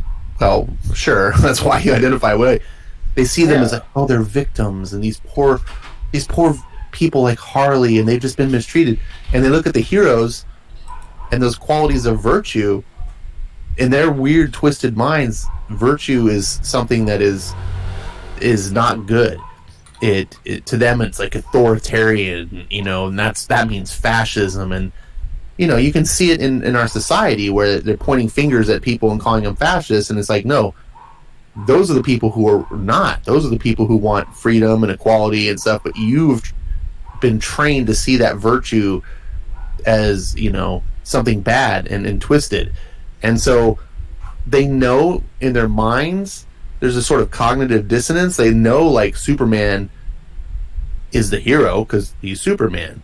But when they see his actions on the page, they don't like it because he's doing the things that they see their enemies do, like Trump and everything. It's like, but he's saying the same thing. But that's Superman. It can't be bad, but it sounds bad to my ears. Meanwhile, speaking of that, did you see that Mouse creator? Did anyone read that story on him and how he got nixed from the Golden Age Marvel collection?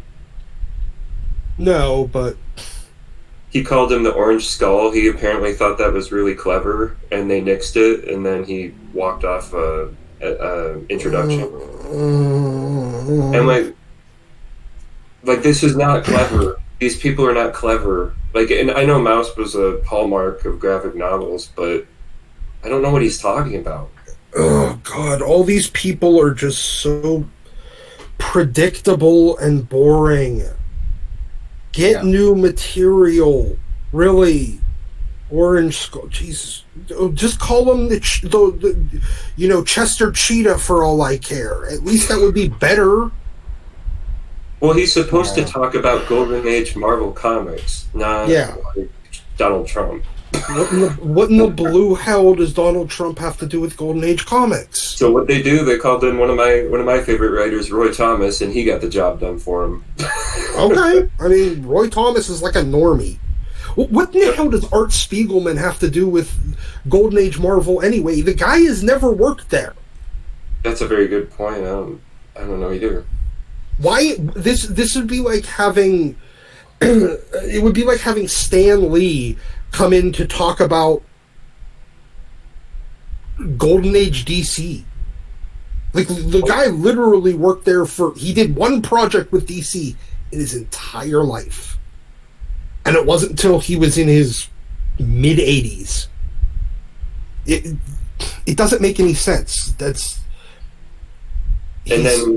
And you just see how this type of storytelling that everybody seems to be plunging into with these really half-baked sort of soliloquies, that it's just making all of this stuff just seem like Art Spiegelman used to be a clever guy. Now his big idea is, here's the Orange Skull. And it's like, well, that's not very clever. I'm sorry. Like, you could do better than that, Art. But yeah, he should never have been asked anyway. They should have had Roy Thomas do the intro from the get-go. Yeah, because Roy Thomas is one of the few guys, I mean, him or a guy like, honestly, the guy that I would have tried to bring in would have been like somebody like Steranko. Because, first of all, the guy's great in front of an audience. Absolutely. Absolutely. And pretty outspoken, though.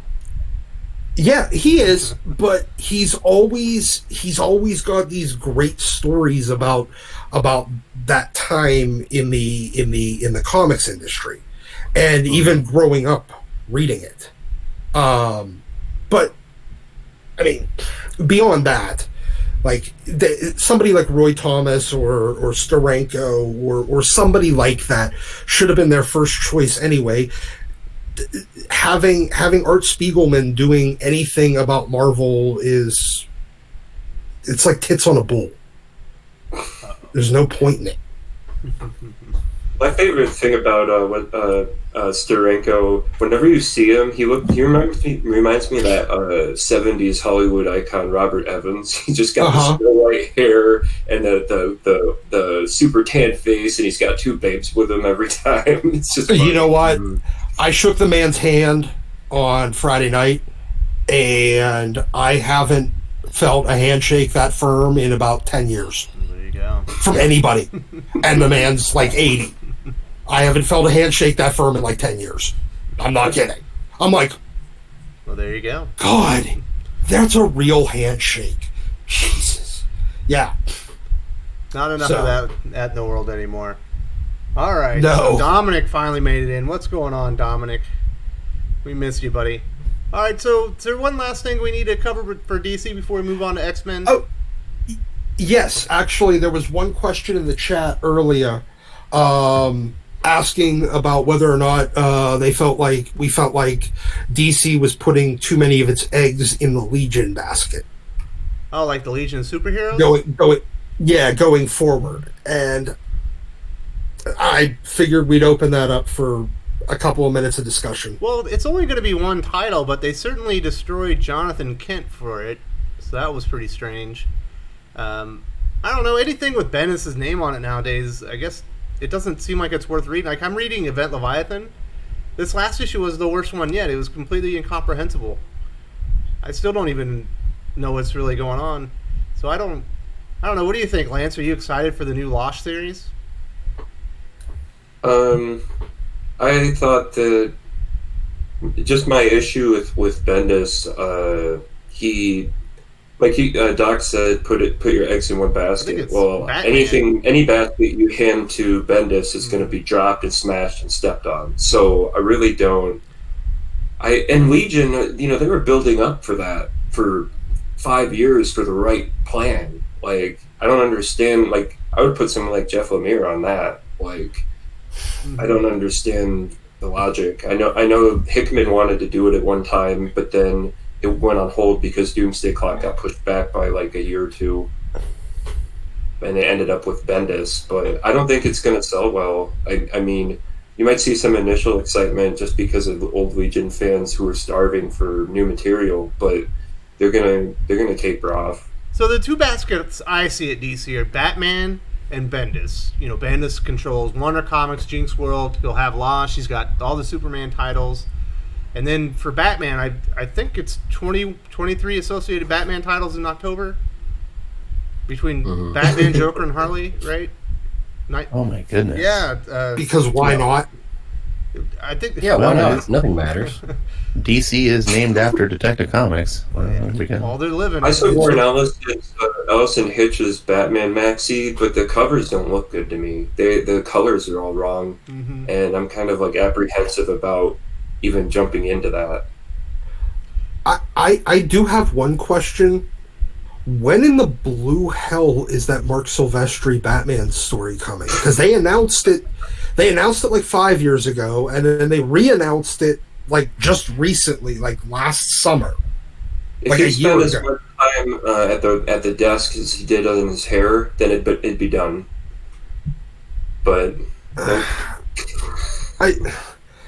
because I really, I mean, he managed to do 4 issues of X-Men not, only like 10 years ago. Actually, I guess it's like 15 years ago now. Time flies. I know, right? But, so, they've announced this twice now. And it's still not solicited. I think they can't release it because of how slow he is, that they need the full thing finished before they release it, because they don't want to be stuck with one issue out and then 3 years between issue 2. That makes sense. It's kind of But weird. he's not that slow. That's with that the thing. reputation actually still get work. I don't understand it. Well, But he's not Silvestri is not slow when he puts his nose to the grindstone, but he doesn't need to work now. So a lot of these It pros doesn't sound like he's motivated. Well, he's Top Cow, yeah, right? he did. Yeah, he owns Yeah, Top Cow. see, His art, though, in Batman Black and White, I would say was a new style, and I think he's trying to do something that is like perfection. That's my guess. Like, he's trying to do like a gothic masterpiece type of thing. So it could The be guy like can't a be bothered he can't be bothered to do his own books at Top Cow. Like, this Batman book, if I imagine it's a vanity project, he's probably like, oh, I want to do just to say he's done it, and he doesn't need the money, so it's just.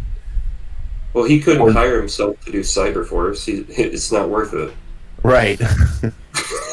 Yeah, because they made the announcement back in July at SDCC last year. Mm-hmm. And you figure it would have, I don't know, at least been solicited by now. My guess is that DC jumped the gun, probably announced something before it really was solidified. Was actually backed out a little bit and was like, "Oh, I got this other project I'm going to do now, and I'll come back to it." And DC's like, "Oh, Well, I mean, that'd be my they guess." still haven't solicited the Jeff Johns 3 Jokers story they've been talking about for a year and a half, 2 years now. Hey, by the time it comes out, Joker's going to be destroyed by all this oversaturation that they're doing. New movie. And all the books, like 7 Joker books coming out. It's like, crazy. Come on. I just want my J. Scott Campbell, Jeff Loeb, Spider-Man miniseries that I've been waiting for 15 years. Man, you gotta stop worrying. You gotta stop wanting that stuff. It ain't coming, man. Yeah, you let it go and it comes back to you, Doc. Yeah. But so speaking of Mark Silvestri and Top Cow, if you're like looking for good indie books, if you haven't read Brian Hill's like Top Cow, I think it's Aphrodite 5 and is it Cyberforce? You should go check it out. Yeah. It's great. Like his work on Top Cow is excellent. You know what though? I think Cyberforce 12 got canceled. Mm-hmm. It was the final issue, and I don't know if it got resolicited. No, he does those like in spurts. So I imagine if he's going to do it, it'll come back in like another year. But well, no, it's supposed to be the last issue. Yeah, like the last issue of this run got solicited and then got canceled. Oh, and the story's not done. They didn't finish it. Okay. Yeah, like there was one more issue left, and the last issue got canceled. Well, that's. And I'm but I haven't heard any announcement yet about. It wasn't that it was delayed; it was that it got canceled, and I don't know what the hell's going on now. So I want to finish that story. It was a good story by Brian Hill. So this isn't DC, but we're talking about Brian Hill. I'll put a rumor out there, and it is only rumor, but I did hear a rumor that Marvel was so happy with his work on Killmonger that he's going to be the next writer for Black Panther. They want to reintroduce a character. I hope Wouldn't so. that be awesome? Good idea. Black Panther will get a real writer. Mm-hmm. Maybe they could bring the artist Juan Ferreira with it. That dude was killer on Killmonger. If they brought that team onto a Black Panther series, it would. I think you'd have a lot of people buying. It would probably be selling the same way that because it's down at 23,000 right now. Yeah, and Ta-Nehisi Coates. There's no way he's doing that cheap. No, he's a real writer. It sounds like he's from the solicits that he's setting up the end of his Black Panther run too. Yes, I believe it's going to end in December. That's what I've been told. Good. And that Brian Hill will be taking over. At least that's what they want. Then he can focus all of his horrible writing energy onto Cap. I think his Cap is about over too. I said Captain to my friend, I was like, man, they should give it Captain America to Brian Hill too. I'd read that. Captain Antifa? Yeah.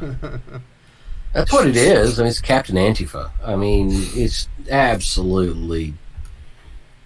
There is no one reading that from the old days.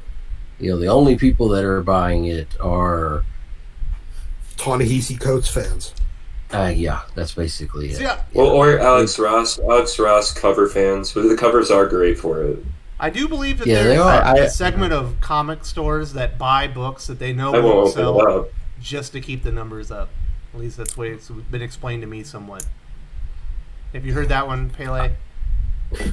Yeah, I have heard that. The scuttlebutt on the street is that there are certain stores out there that are compensated in other ways, not cash, but compensated in other ways. Either like like artist bookings, okay, writer bookings. Other ways to Can you hear me? Oh, but anyway, kind of compensated in other ways to generate money, as long as they keep orders up, in a particular titles, or they order a specific amount and stay within a certain range. And I've heard that for a couple of years now. I've not had anybody make an offer like that to me. I'm not that big of a fish. Mm-hmm. Perch probably isn't even that big of a fish. It's people like Chuckles. It's people that are probably pushing, like, on average 1,500, 2,000 copies of Amazing Spider-Man a week.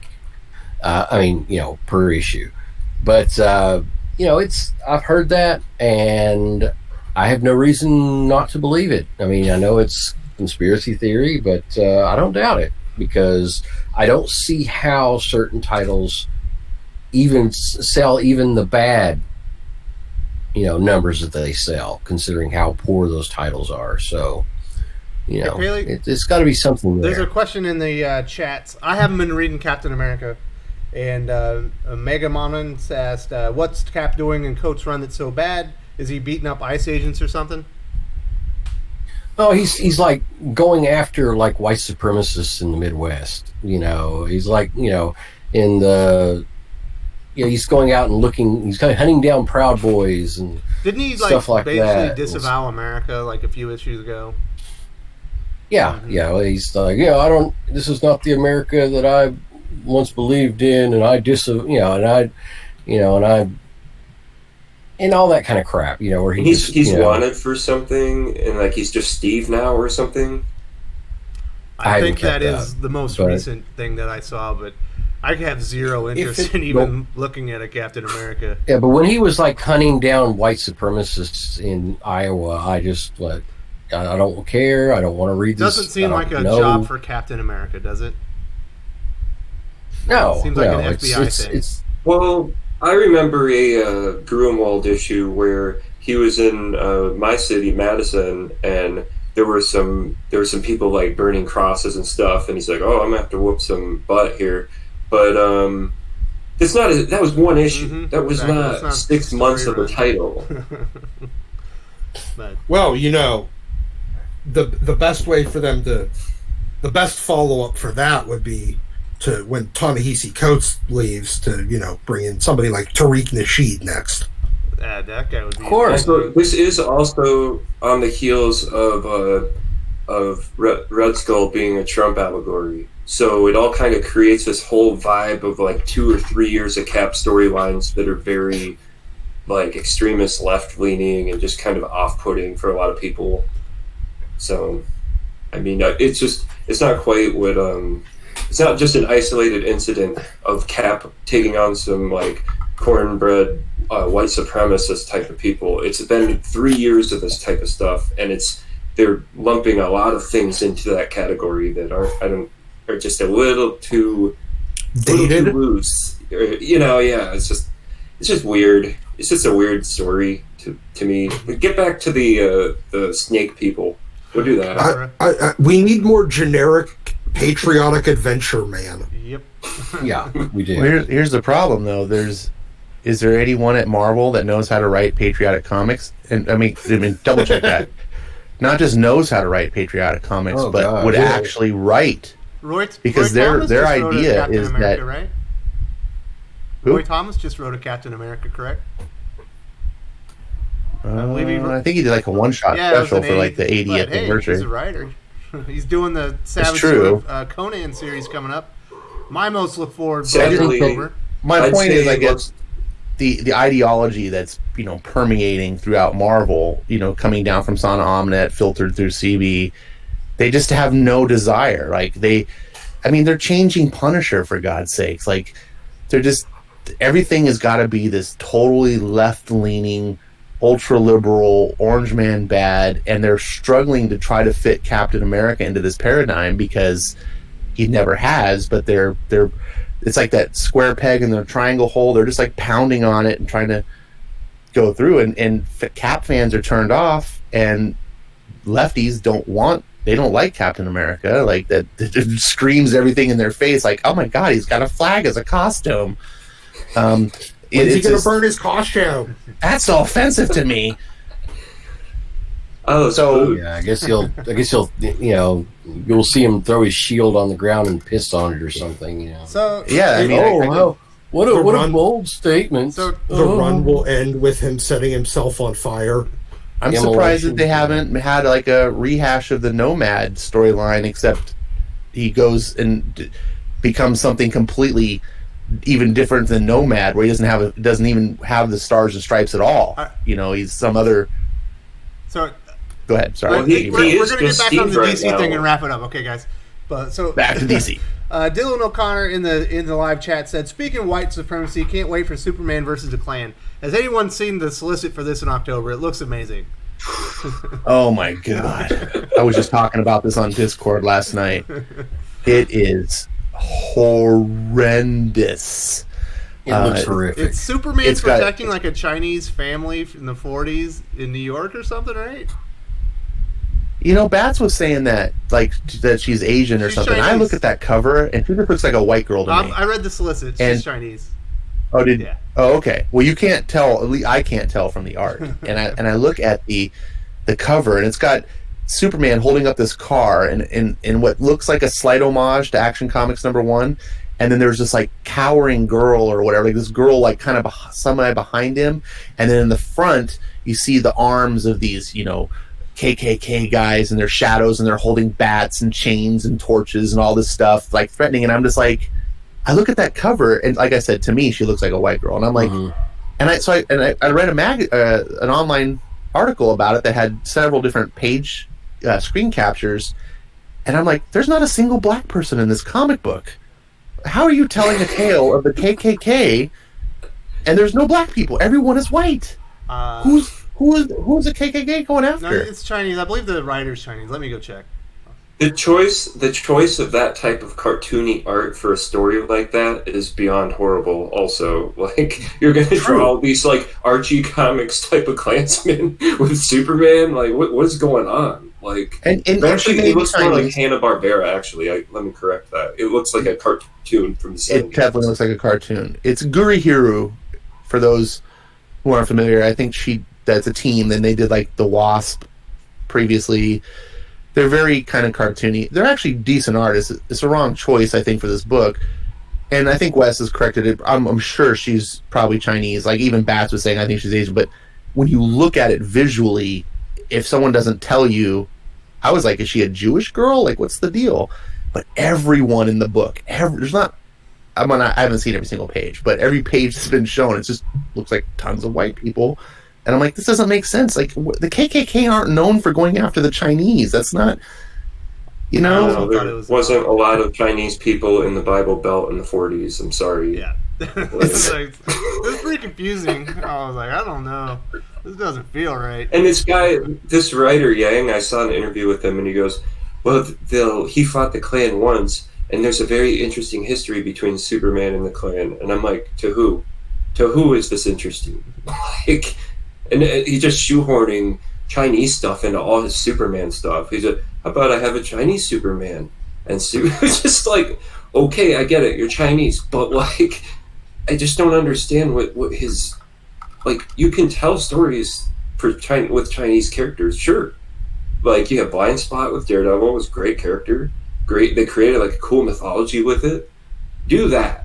Don't, like, the way he's going about it just seems like off. It's just you're not working inside the universe. You got to work in the universe. It sounds like he's writing himself into the book. It's like, oh, I'm going to tell a story about KKK, but I'm Chinese, so instead of black, I guess I'll have there'll be a Chinese person.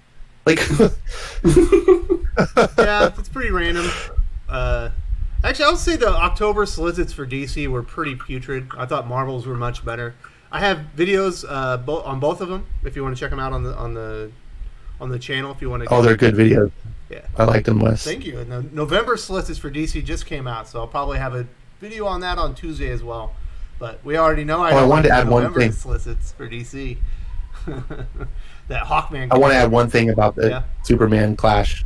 Superman smashes the KKK is what I think it was called. Yeah. It's $9.99 cover price. Yeah, it's a It's like 100 pages. Does anybody else think that all of this, like, referencing the KKK all the time and putting them on the covers of things, that's, like, why? They were the smallest, didn't the FBI say there's, like, 5,000 of them? Like, They've never been more irrelevant in American history. I don't get it. Like, they've never been more irrelevant. That's what I meant. When I grew up, they just showed up on Jerry Springer and got yelled at. Like, that was basically all I remember about them. Jerry. And then, You see the coverage of they, like Klan rallies. It's normally like 5 dudes. One of them has a bullhorn, and the other ones are scared out of their minds because they're about to get smashed. So, yeah, I don't get it. What were you saying, Pele? I'm sorry, I didn't mean to interrupt you. No, I was just commenting. I was looking at the stats, the FBI stats on this, and there's 11,000 actual white supremacists in the United States. So that's multiple factions. And yeah, that's like the whole shebang. That's like, actual tracked white supremacists. People that are real dyed in the wool, white ethno-state types, and in a country with 390 million people. Yeah, not very. So, yeah, they're bad people. This is. I'm not gonna diminish the fact that their brand of racist hatred is horrible.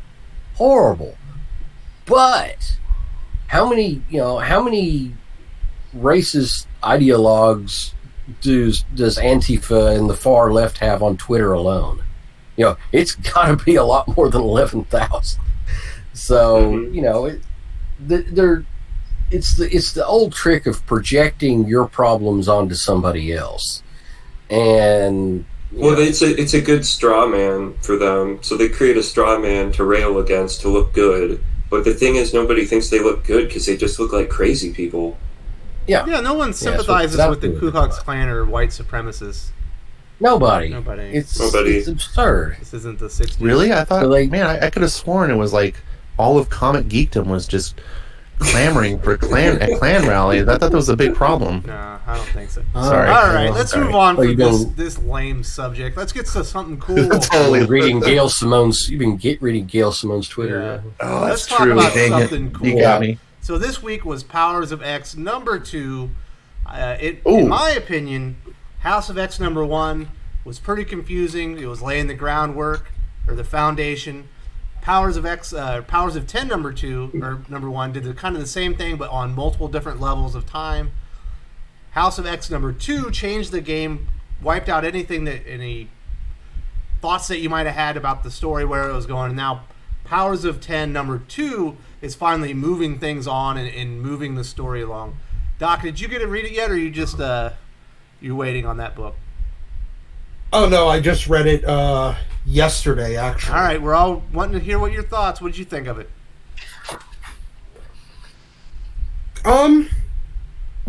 Not much happened. There wasn't a lot to it. I mean, set up before the action. Yeah. I mean, okay, we got an explanation for the master mold. The mother mold that makes master molds. Which was, okay, cool. Like, at least there's a explanation on why it was female, considering that it's a robot, why they called it her. Because, I mean, if it was just like a disembodied head of a master mold, why in the hell is it a girl?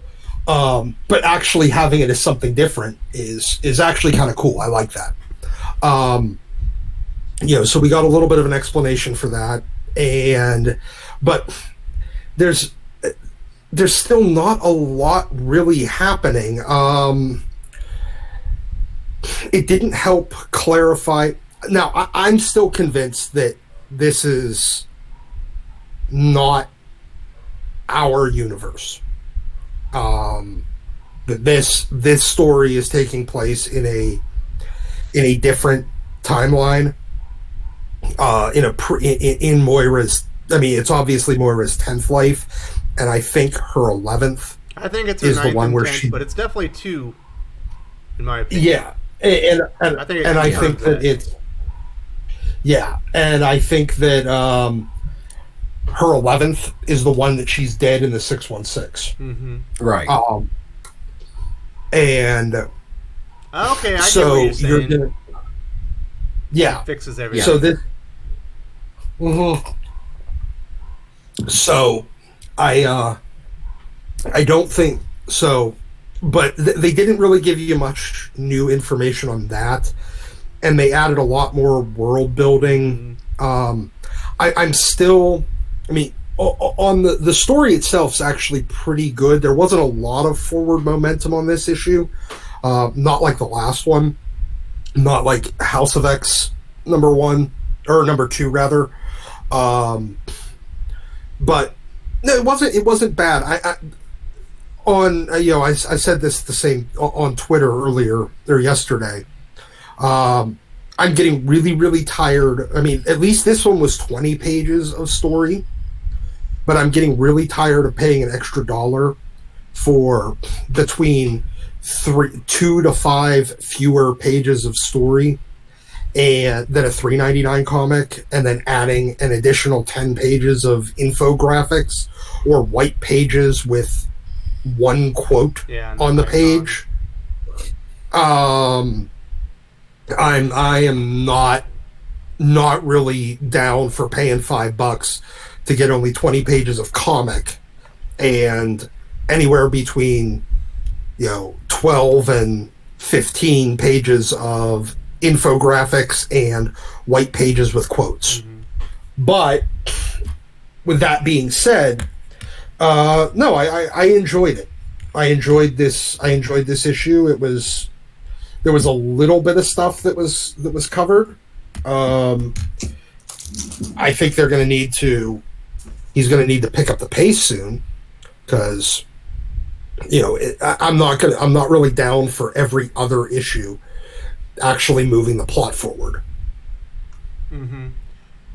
That scene with Nimrod was a showstopper, though. I love that. Are you talking about when he the one where disintegrates him? Mm-hmm. All right, yeah. I was laughing, and then I love the fact he picks up the skull and continues his narration. I was like, oh, that was so good. Yeah. I actually looked up the character after that and wanted to learn more about the character as soon as I read that, because I liked it so much. Well, that's really not Nimrod.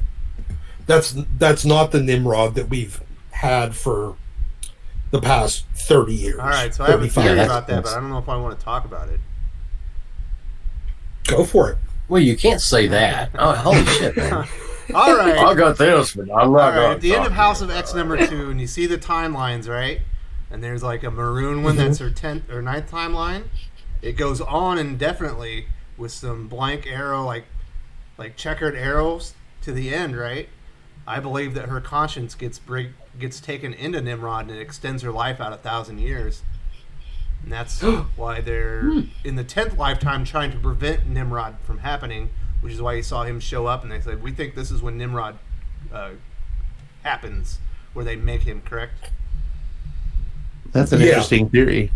So I think that's how her I like conscience goes out 1,000 years, is she's incorporated into Nimrod, which makes sense because he talks about how they're breaking everything down to data and putting it into his master information machine. Interesting. That is interesting.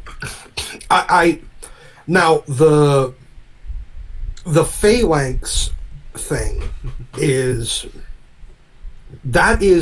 a little interesting, but A lot of confusing to me. Well, it explains a lot of with the Warlock, a lot of the issues, a lot of the information as far as Warlock that was incomplete from the New Mutants. And, Warlock, the Magus, yeah. The Phalanx Covenant, and now it explains why.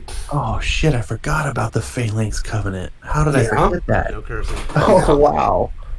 And that basically they hadn't evolved enough back then to become part of the Technarchy, But the thing is, the one thing that I did have an issue with that seemed wrong in his explanation of, different type civilizations was that a phalanx division doesn't know that it's part of the technarchy.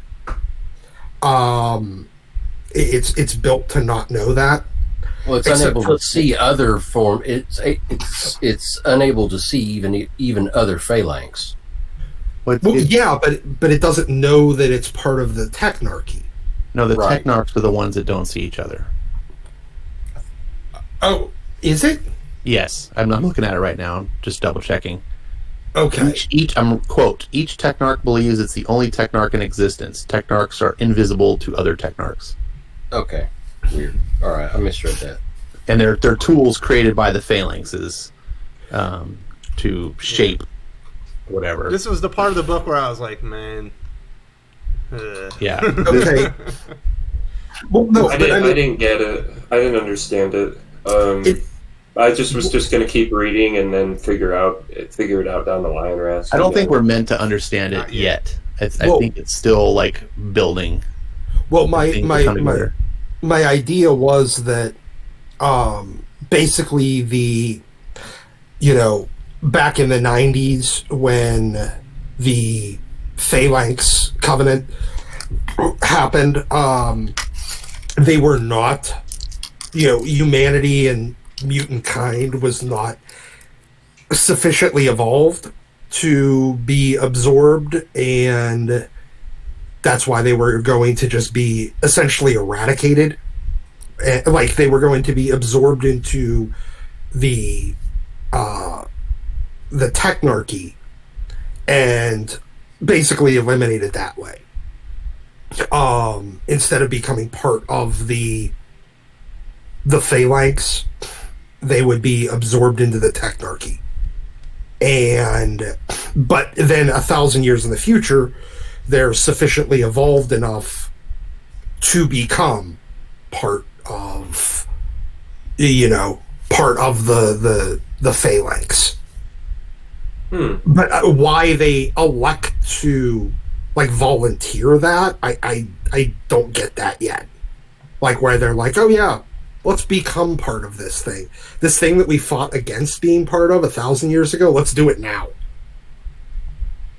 Yeah, why is it an important thing to do now going forward? That's not been explained yet. Yeah. Most of Hickman's plots so far, I will say, center around the threat of extinction, so that would probably be the most likely scenario. And I don't fully understand these entities yet. I'm kind of getting the gist a little bit.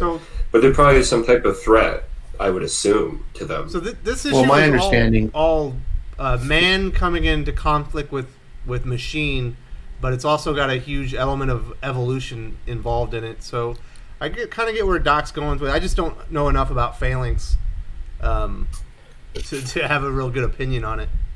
What were you saying, Ash? I'm sorry. Oh, I was saying my understanding is that it kind of where you were just tying is about evolution, and so far the way I'm interpreting the X3, which is the 1,000 years in the future, is that we don't even know if it's mankind or mutant, because you got that blue-skinned woman, and she's like, I want to reach ascension. I believe she's referred to as post-human.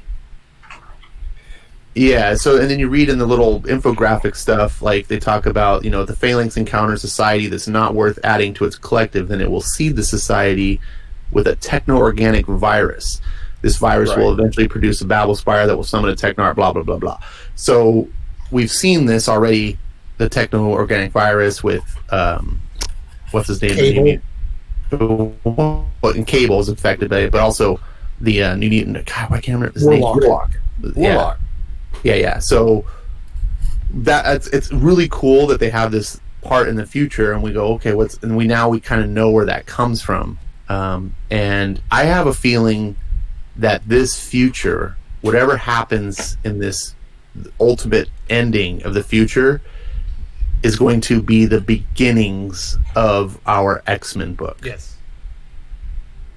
Well, no, I believe the end of that Not like is the not like beginning it's of, going to take House place in of the X. future, but Or those X0, X1 time frames, I believe, are directly after these X2 and X3 time frames.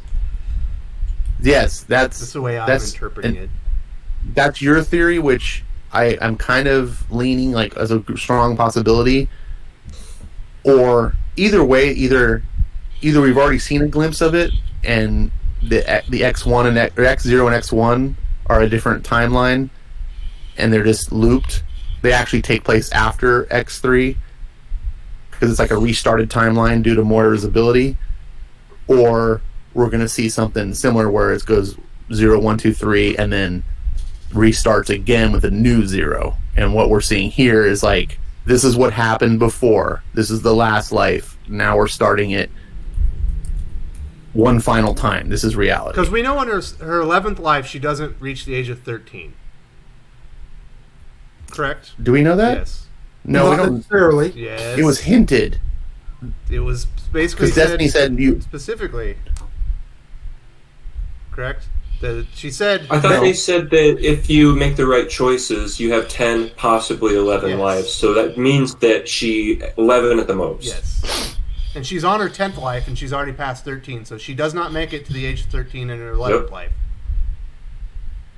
So In which there's case- almost no point in investing much into the 11th life's universe because it's not really going to be an X-Men oriented, right? Don't we kind of need her for it to or maybe we don't. Maybe it's like the one universe without her, and her absence makes it different in itself. That was Doc's that could theory, be the correct? idea there too. Well, yes and no, but if my theory was correct, then she just doesn't regenerate next time. Yeah, but if Like she, her 11th she life. makes it to the age of 13, she reincarnates when she dies. Yes, but if my theory's correct, then the 616 is her 11th life, and she died of the legacy virus. So, in which case, the legacy virus may prevent her mutation from working. Okay, well, that's... Oh, Yeah, that's Yeah. kind of interesting. I also think it's important. You know, Wes has got a pretty cool theory about the 9th timeline, but there also could be I was going down a whole different apocalypse route because the 9th timeline was when she allies with Apocalypse, and I was going down some sort of route because like Apocalypse likes to mess with the people that follow him and alter the gene pool and do all this weird stuff. So I'm wondering if Apocalypse did something to Moira and somehow kept her alive in his timeline, but then also managed to like split her off so that she would also reincarnate. And then there's also the fact that the 6th timeline is completely missing. Yeah, that's interesting. That one I think they're going to cover later. Either that or she did literally nothing of interest and he just didn't feel like figuring out. You know, he can only come up with 10 different stories. Like 9 different stories. Like, what the fuck am I Gotta going to do? use the X somehow, but I can only think of 9. The blank timeline could be almost a failsafe, though, too, in case Hickman needs to, like, dump out of something. Yeah. Could be. I have a feeling Hickman, from what I understand, everyone tells me, like, he's such a detail-oriented guy that this isn't just a lapse. You know, like, there's a purpose, whether it's a failsafe or something. There's a reason that we're not seeing it. Possibly. But yeah, I think that if it turns out that her 11th life is the 616 universe, like I believe, then the legacy virus prevented her from reincarnating because it basically shorted out her mutant power. And in the process of killing her. Yeah.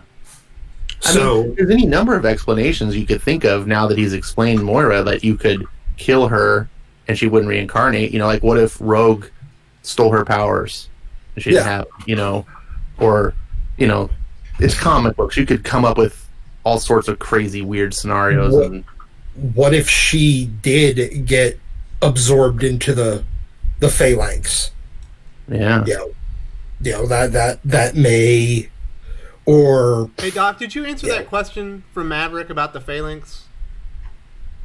I don't know if I saw it. All right. He says, question for the panel, what are the phalanx? There are some new X-Men readers here. Okay, phalanx was it's an alien techno-organic civilization, I guess you could say. It's a race of aliens that are essentially robotic humanoid type things. Warlock of the New Mutants was one of them, but he was a mutant because he had individuality, even though he was part of a hive mind. His father, or I guess you could say father, was called the Magus, who kind of part of him is what was infected into Cable to make his, kind of robot arm and glowy eye and everything like that. Apocalypse used part of the Magus to that to create the techno-organic virus that the baby Nathan was infected with, and then before he was sent to the future. And which at that point, actually, interestingly enough, they finally explained this, that the techno-organic virus, kind of part of it broke off from him and gained sentience and became the Magus, which then, way in the future. So he is kind of Warlock's grandfather at the same time. But they also are a hive mind that in the 90s, they invaded Earth and started replacing the X-Men. In early when Joe Mad was just getting started over on X-Men, when he had made his jump from being the regular penciler on Excalibur.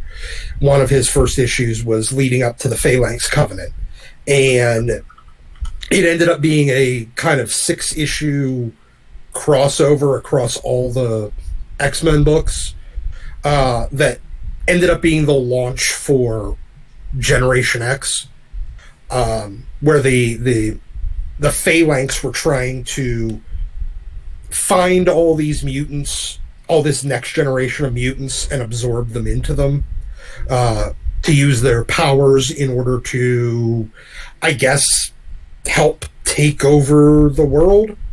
I kind of lost track of them after that. I know that there was back when Dan Abnett and Andy Lanning were doing a lot of the Guardians of the Galaxy and Annihilation and shit like that. I know the Phalanx were involved in that too, but I don't know how, because I was never a big cosmic side of the Marvel Universe fan. Somebody else may remember what their role in that was. But they're an alien race that everybody thought for a long time were just their own kind of race, but according to the infographic on Hickman's in Hickman's Powers of X2, the Phalanx that were that we've seen so far with the Magus and Warlock and the Phalanx that invaded for Phalanx Covenant, and actually possibly even the ones from the Annihilation era, they were just a technarchy, which is, I guess, a kind of a little division that's made entirely for absorption, or, well, I guess kind of just using their biological material, like absorbing their biological material, but without actually absorbing their consciousness, basically to replace. They're kind of pod people. Actually, that's probably the best way to explain it. They're an alien race that replaces people with pod people. Oh, okay. but with kind of robot pod people that look like real pod people. They like, do they? Wait. Pod people, you say? Yeah, like Invasion of the Body Snatchers. Like pod people that we see in the very beginning pages of the first book? Oh, fuck. Yeah, but I don't think they've ever hatched. I was using more of just like an Invasion of the Body Snatchers analogy. Dang, but I thought I was making a connection. Yeah, maybe there is. You don't think those are the breeding mutants that they're doing? I don't know that now that Ash brings that up. I don't know if we've ever seen how the phalanx actually replaces. We've seen them, take somebody, capture people, and we've seen them having already been replaced, but I don't think we've ever actually seen the process of replacement. So you might be onto something. Yeah. That's interesting, huh? So that's the worst thing about Hickman is you'll never know until he wants you to know, and we're probably all wrong. No one would have guessed. I really enjoyed seeing Apocalypse and Wolverine on a team together in Powers 2. I thought that was cool. So that's not the real Wolverine though, correct? That's one of the Chimera warriors. No, that's Wolverine. He got turned into War. Okay. He's one of that's the real Wolverine. That's the real Magneto. But they both got Cypher. I think it was Cypher, Warlock, and Groot. Oh. All turned into because I think they've already done. I think they're kind of going back to, because Doug Ramsey, aka Cypher, and Warlock were always best friends, because when Warlock first came to Earth, he didn't speak English, and it took him a little while to adjust, but Cypher's power was to be able to talk to, understand any language. So he was able to talk for Warlock, so they became best friends. When Doug Ramsey died, and Warlock really missed him, but when Cameron Hodge killed Warlock back in Extinction Agenda, they dumped his kind of remains in Doug's grave. And then a while later, you got Douglock, which was basically Warlock kind of taking Doug Ramsey's form and kind of using Doug Ramsey's corpse and the remainder of his brain, kind of brain mapped him to kind of merge the two. And then I don't remember how in the hell they got separated. I think they just did that kind of off panel and brought Doug back. And so I think they're kind of going back to that with the Doug Ramsey and Warlock as one being thing. I think that's what the tree guy is. Now, whether or not that's actually Groot, but he looks like Groot, I'm not sure. I think you're onto something with the Warlock merger thing, but instead it's him merging with something of Krakoa, is how I feel. Okay, it could be the remnants of Krakoa. I would say that I feel sorry for any Marvel character getting tied into this universe, because this is a very dangerous and hostile type of storyline, and it's you may not come out of this thing alive. Anybody. This is just, it's pretty intense. I definitely love this. Oh yeah, especially in the X2 timeline, they're basically foretelling that they're all going to die. See, well, I could be wildly wrong about this, but my theory is that whatever this X House and Powers of X things, when it ends, when it's finally over, and Hickman's set up his world building, my theory is that it's going to basically end at the point where it's boom, now you're in the Marvel universe, and this is how the X-Men that we're currently telling, the X-Men part of the Marvel universe, got into the current Marvel continuity. And all the rest of the X-Men stuff that you've read in the past were all just blips of Moira's various lives and they happen for the sake of story and things like that. But when it comes down to going forward now, this is now the 10th timeline or whatever number timeline they decided I to bet be. Hickman read every issue of X-Men except for Rosenberg's.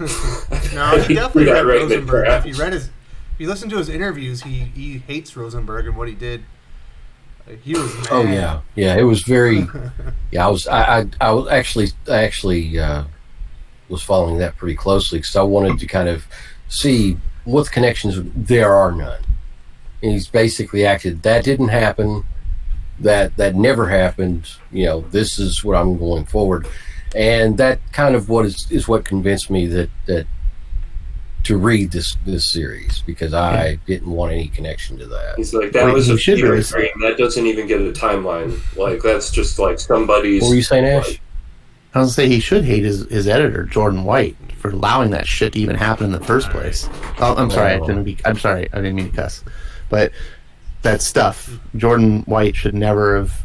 He should have canned that and been like, no, Rosenberg, you're not doing that. The storylines were just so schlocky. I mean, they were just very, very simple, kind of just like, I don't know, they just weren't very interesting. It started out all right from 11 to about 15 or 16, and then he just started murdering everybody. What do you think, Doc?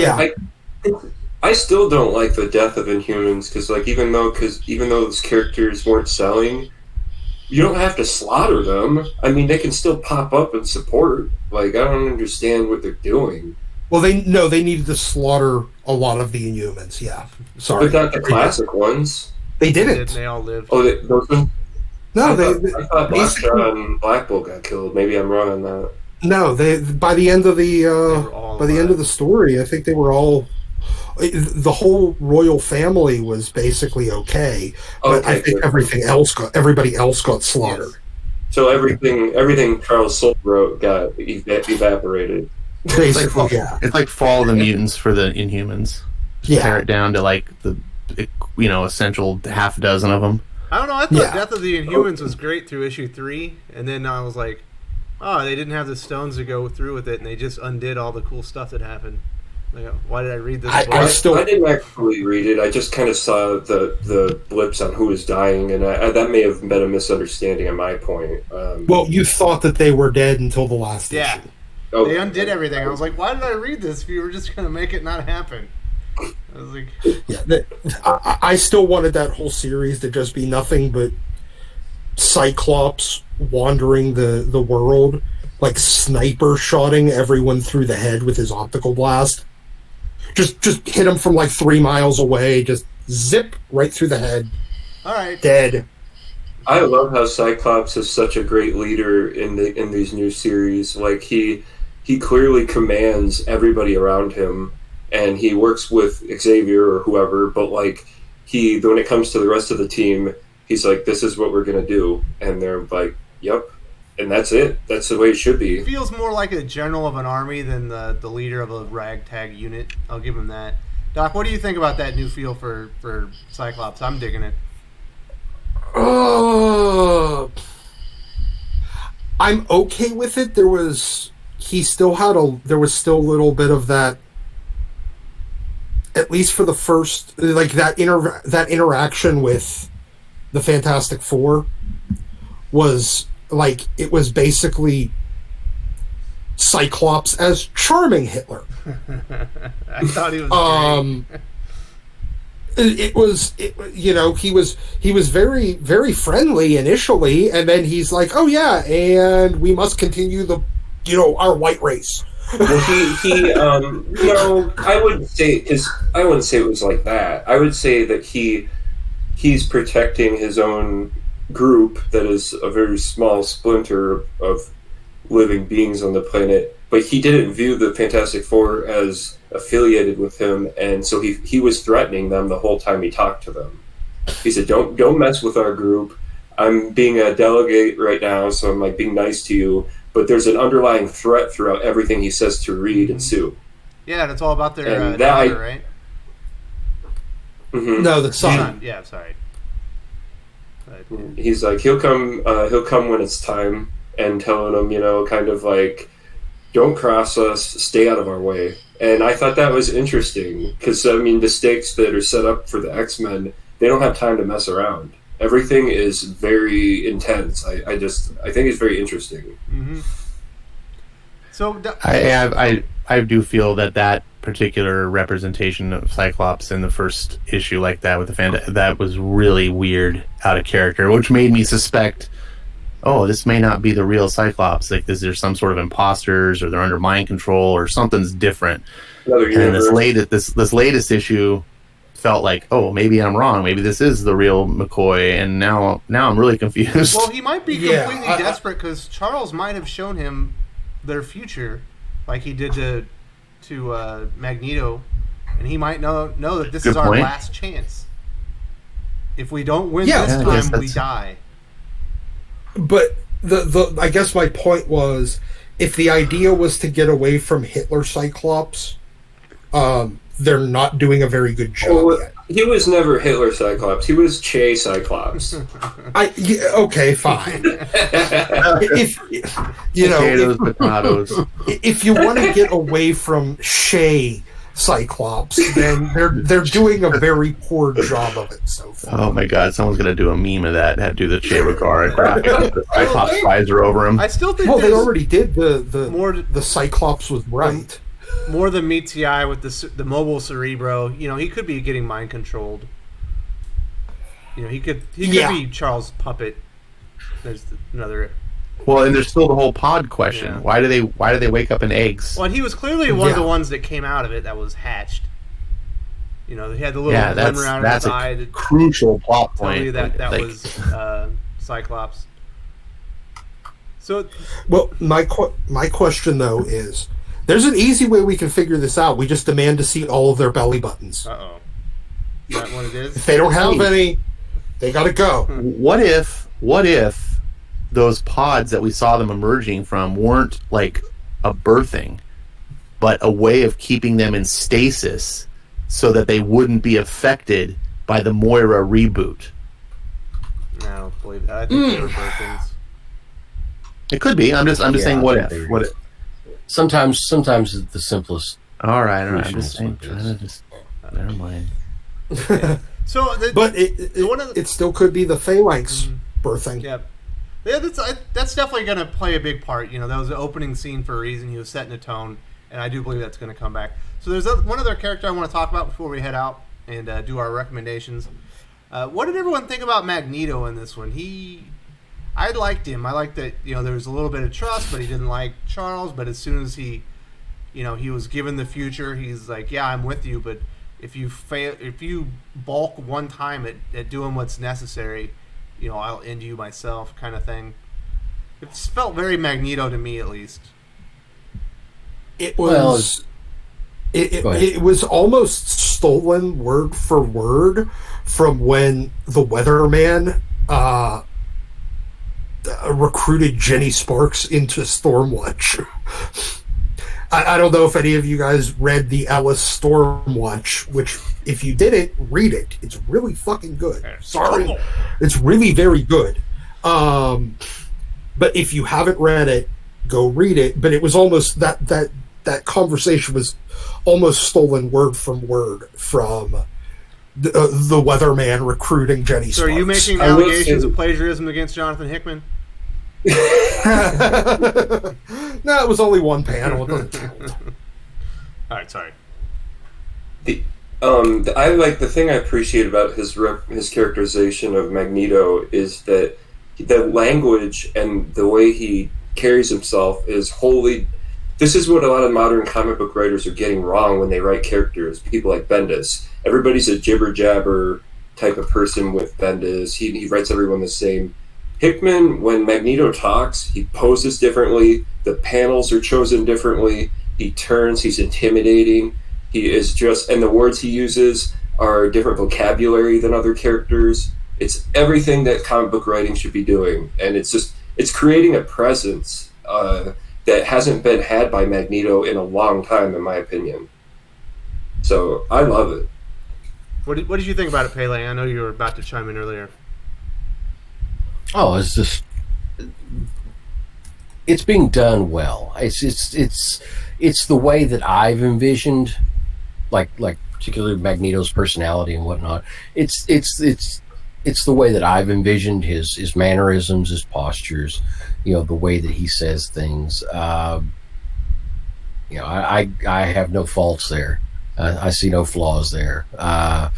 It feels comfortable. That's one of the things I've really enjoyed about this, reading the House of X and Powers of X, is that it's intrigued me, and it's not made me roll my eyes as far as the premise is concerned, despite how far flung it is, how broad the scope of it is. I've not rolled my eyes. So, I know that a lot of people, have kind of thought, well, where is this going? How are we going to get to where we need to be by the time Uncanny X-Men starts? And, why is they going this route with it? And it's just such a large story in scope that it needs these two series to get everybody up to speed. And, aside from, Xavier walking around with Cerebro on his head all the time, maybe to obscure his face, I don't know. Mm-hmm. He just needs to know that information at all times. But yeah, it's an amazing start. I'm just hoping that he can keep this momentum going. So, all right, Ash, this last question's for you, and then we're going to start wrapping it up. Dominic Powell says, the pods could also be organic technological healing chambers. Does anyone think the black spots on Krakoa is actually a structure housing Moira? Wow, that's a I don't know. Everyone shot down my whole pod idea, so I'm like, you got no confidence? I erased it from my mind. So, but I forgot about the black spot, which is, if you read the first issue in the infographics, they talk about one of the seeds creates a tumor that Krakoa does not know about. So there's an area which some people have theorized that birthing chamber is one of said tumors if there are multiples.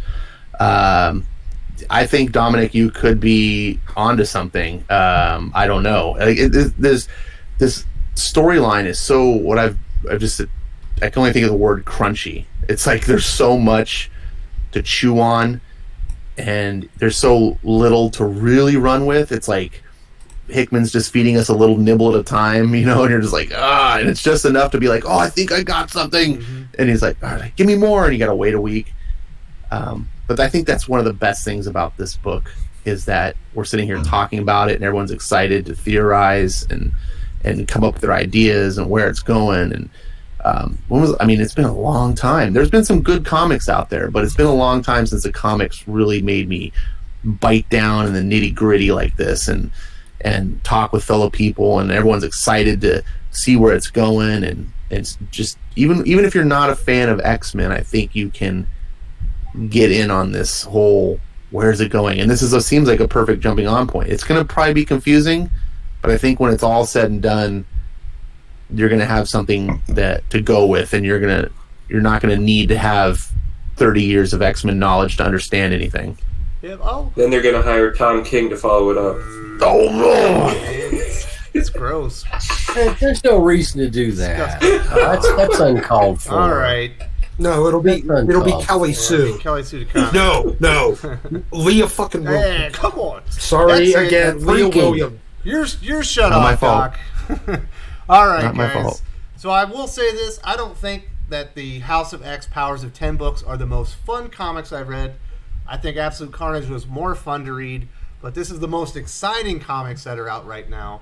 And I think I actually thought we were going to talk about. I thought we were going to talk about Carnage a little bit, but no, that was last week. There's no. I mean, I'm not reading the Scream series. Okay. That was Cullen Bunn. I don't read Cullen Bunn. Are you kidding me? It wasn't. It was some of the better read stuff. Comics. It was some of the better standards. stuff I read from him. Was it? Oh yeah, I'm not even. I don't give Cullen Bunn much of a chance, but Maybe I should get over my personal biases with Cullen and give it a shot.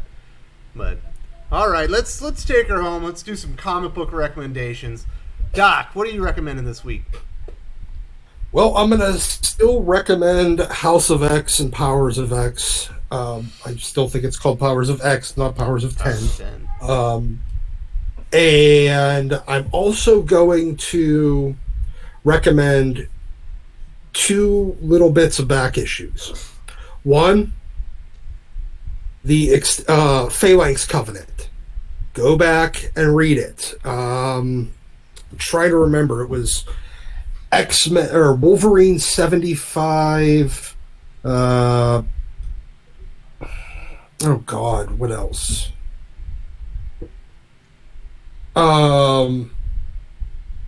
X or Cable 16. Uncanny X-Men, basically 311 through about 317. Let's see, X Factor 106, X Force 38, and Adjectiveless X-Men 36 and 37. I definitely recommend. Excalibur 82. Oh, Excalibur 82. Excalibur 78 that was 82. Yeah.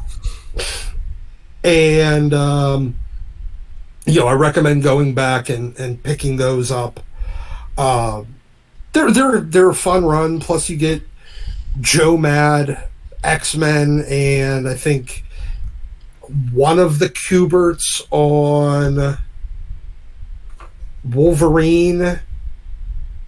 I think the other on Adjectiveless X-Men. Yeah, Andy was on Adjectiveless X-Men, and I think Adam was on Wolverine at the time. Mm-hmm. So you get both Kuberts, Joe Madureira. I think you even had Steve Scroce on Cable. Roger Cruz on X Factor, who it was just around the time that he was really getting into his being a clone of Joe Mad, and Steve Epting on Excalibur. So, but then also Uncanny X-Men from, I'd say, I picked up recently issues 27, 25, and 30. Oh, and 66. So 66 was the last issue before it went to reprints. But yeah, go check those out. All right, there we go. Lance, my man, what are you recommending this week? So I had a slow couple of weeks. Berserker Unbound wasn't very good, though it looked beautiful. So I'm going to go with actually a facsimile edition. I've never read Vampirella, but I saw Vampirella 1 for $7, and so I picked it up. And there's actually some like legends that do, like there's a story here by Neil Adams with art. And I haven't read all of it yet because it's like a 60-page comic, but it's very tongue-in-cheek and very funny. And it reminds me of the type of humor that I haven't seen in comics it doesn't exist anymore. Like there's no more tongue-in-cheek humor in comics. And I'm like, here I have a page just as an example of this like cheesecake model coming out of the water, and she's just like, oh, I need help. And this guy is looking out his window, and the dialogue he says here, holy, it's a girl, and she's headed this way. It just made me laugh. Like, it's not a serious comic. It's not necessarily even that good. It's just goofy. Like, So I've enjoyed it. I feel I got my $7 worth. Check it out if you think something like that may appeal. Awesome. That's it. All right, Ash, what are you recommending this week? Yeah.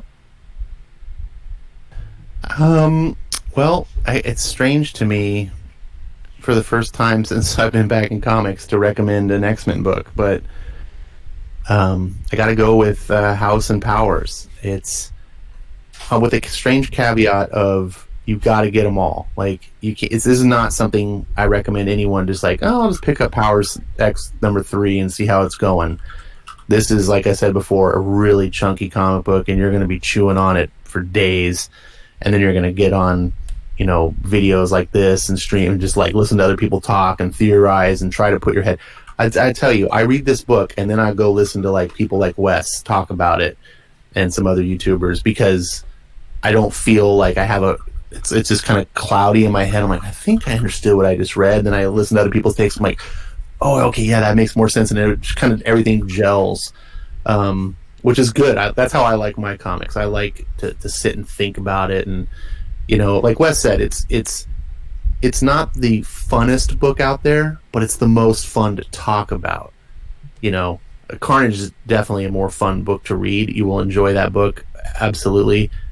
But I'm done, and it was like, yeah, it was a lot of fun. And then we're sitting here to talk about Powers of X for 3 hours. So your miles may vary, but I feel good about recommending it. Also, Silver Surfer Black, and pretty much anything Donny Cates does. But I've been loving that series. And then this coming up Wednesday is my Marvel week. Speaking of Donny Cates, you got Guardians of the Galaxy number 8. Then Zdarsky's Daredevil is doing strong, and then you get, you know, Powers of X. It's every week. That's the only bad thing about this book is it's weekly, so it's gonna be a little tight on the wallet for maybe some people, but it's a quality book. And I think it's going to go somewhere. I think it's going to set a solid foundation of something we're going to like, at least with the main book. I don't know about all these spin-offs of them, but so that's my recommendations. All right, Pele, what do you recommend at the shop this week? I'm gonna personally recommend Silver Surfer Black. Everybody's you know already hit on the House of X, Powers of X, and that's a no-brainer. You should be buying those if you love characters in the Marvel Universe and you love the X-Men and you're not buying that, then I don't know what else to tell you, you know. But Silver Surfer Black has gotten really good. The third issue, the art doesn't really, in this series, the art doesn't really gel with me, but I am enjoying the story of it. So, you know, it's been good. That Ron Lim variant cover is gorgeous. There was 3 variants on this book. I don't think that's crazy, but the Ron Lim variants have been consistently the best ones in my opinion. So I think it's variant B. Yeah, variant B.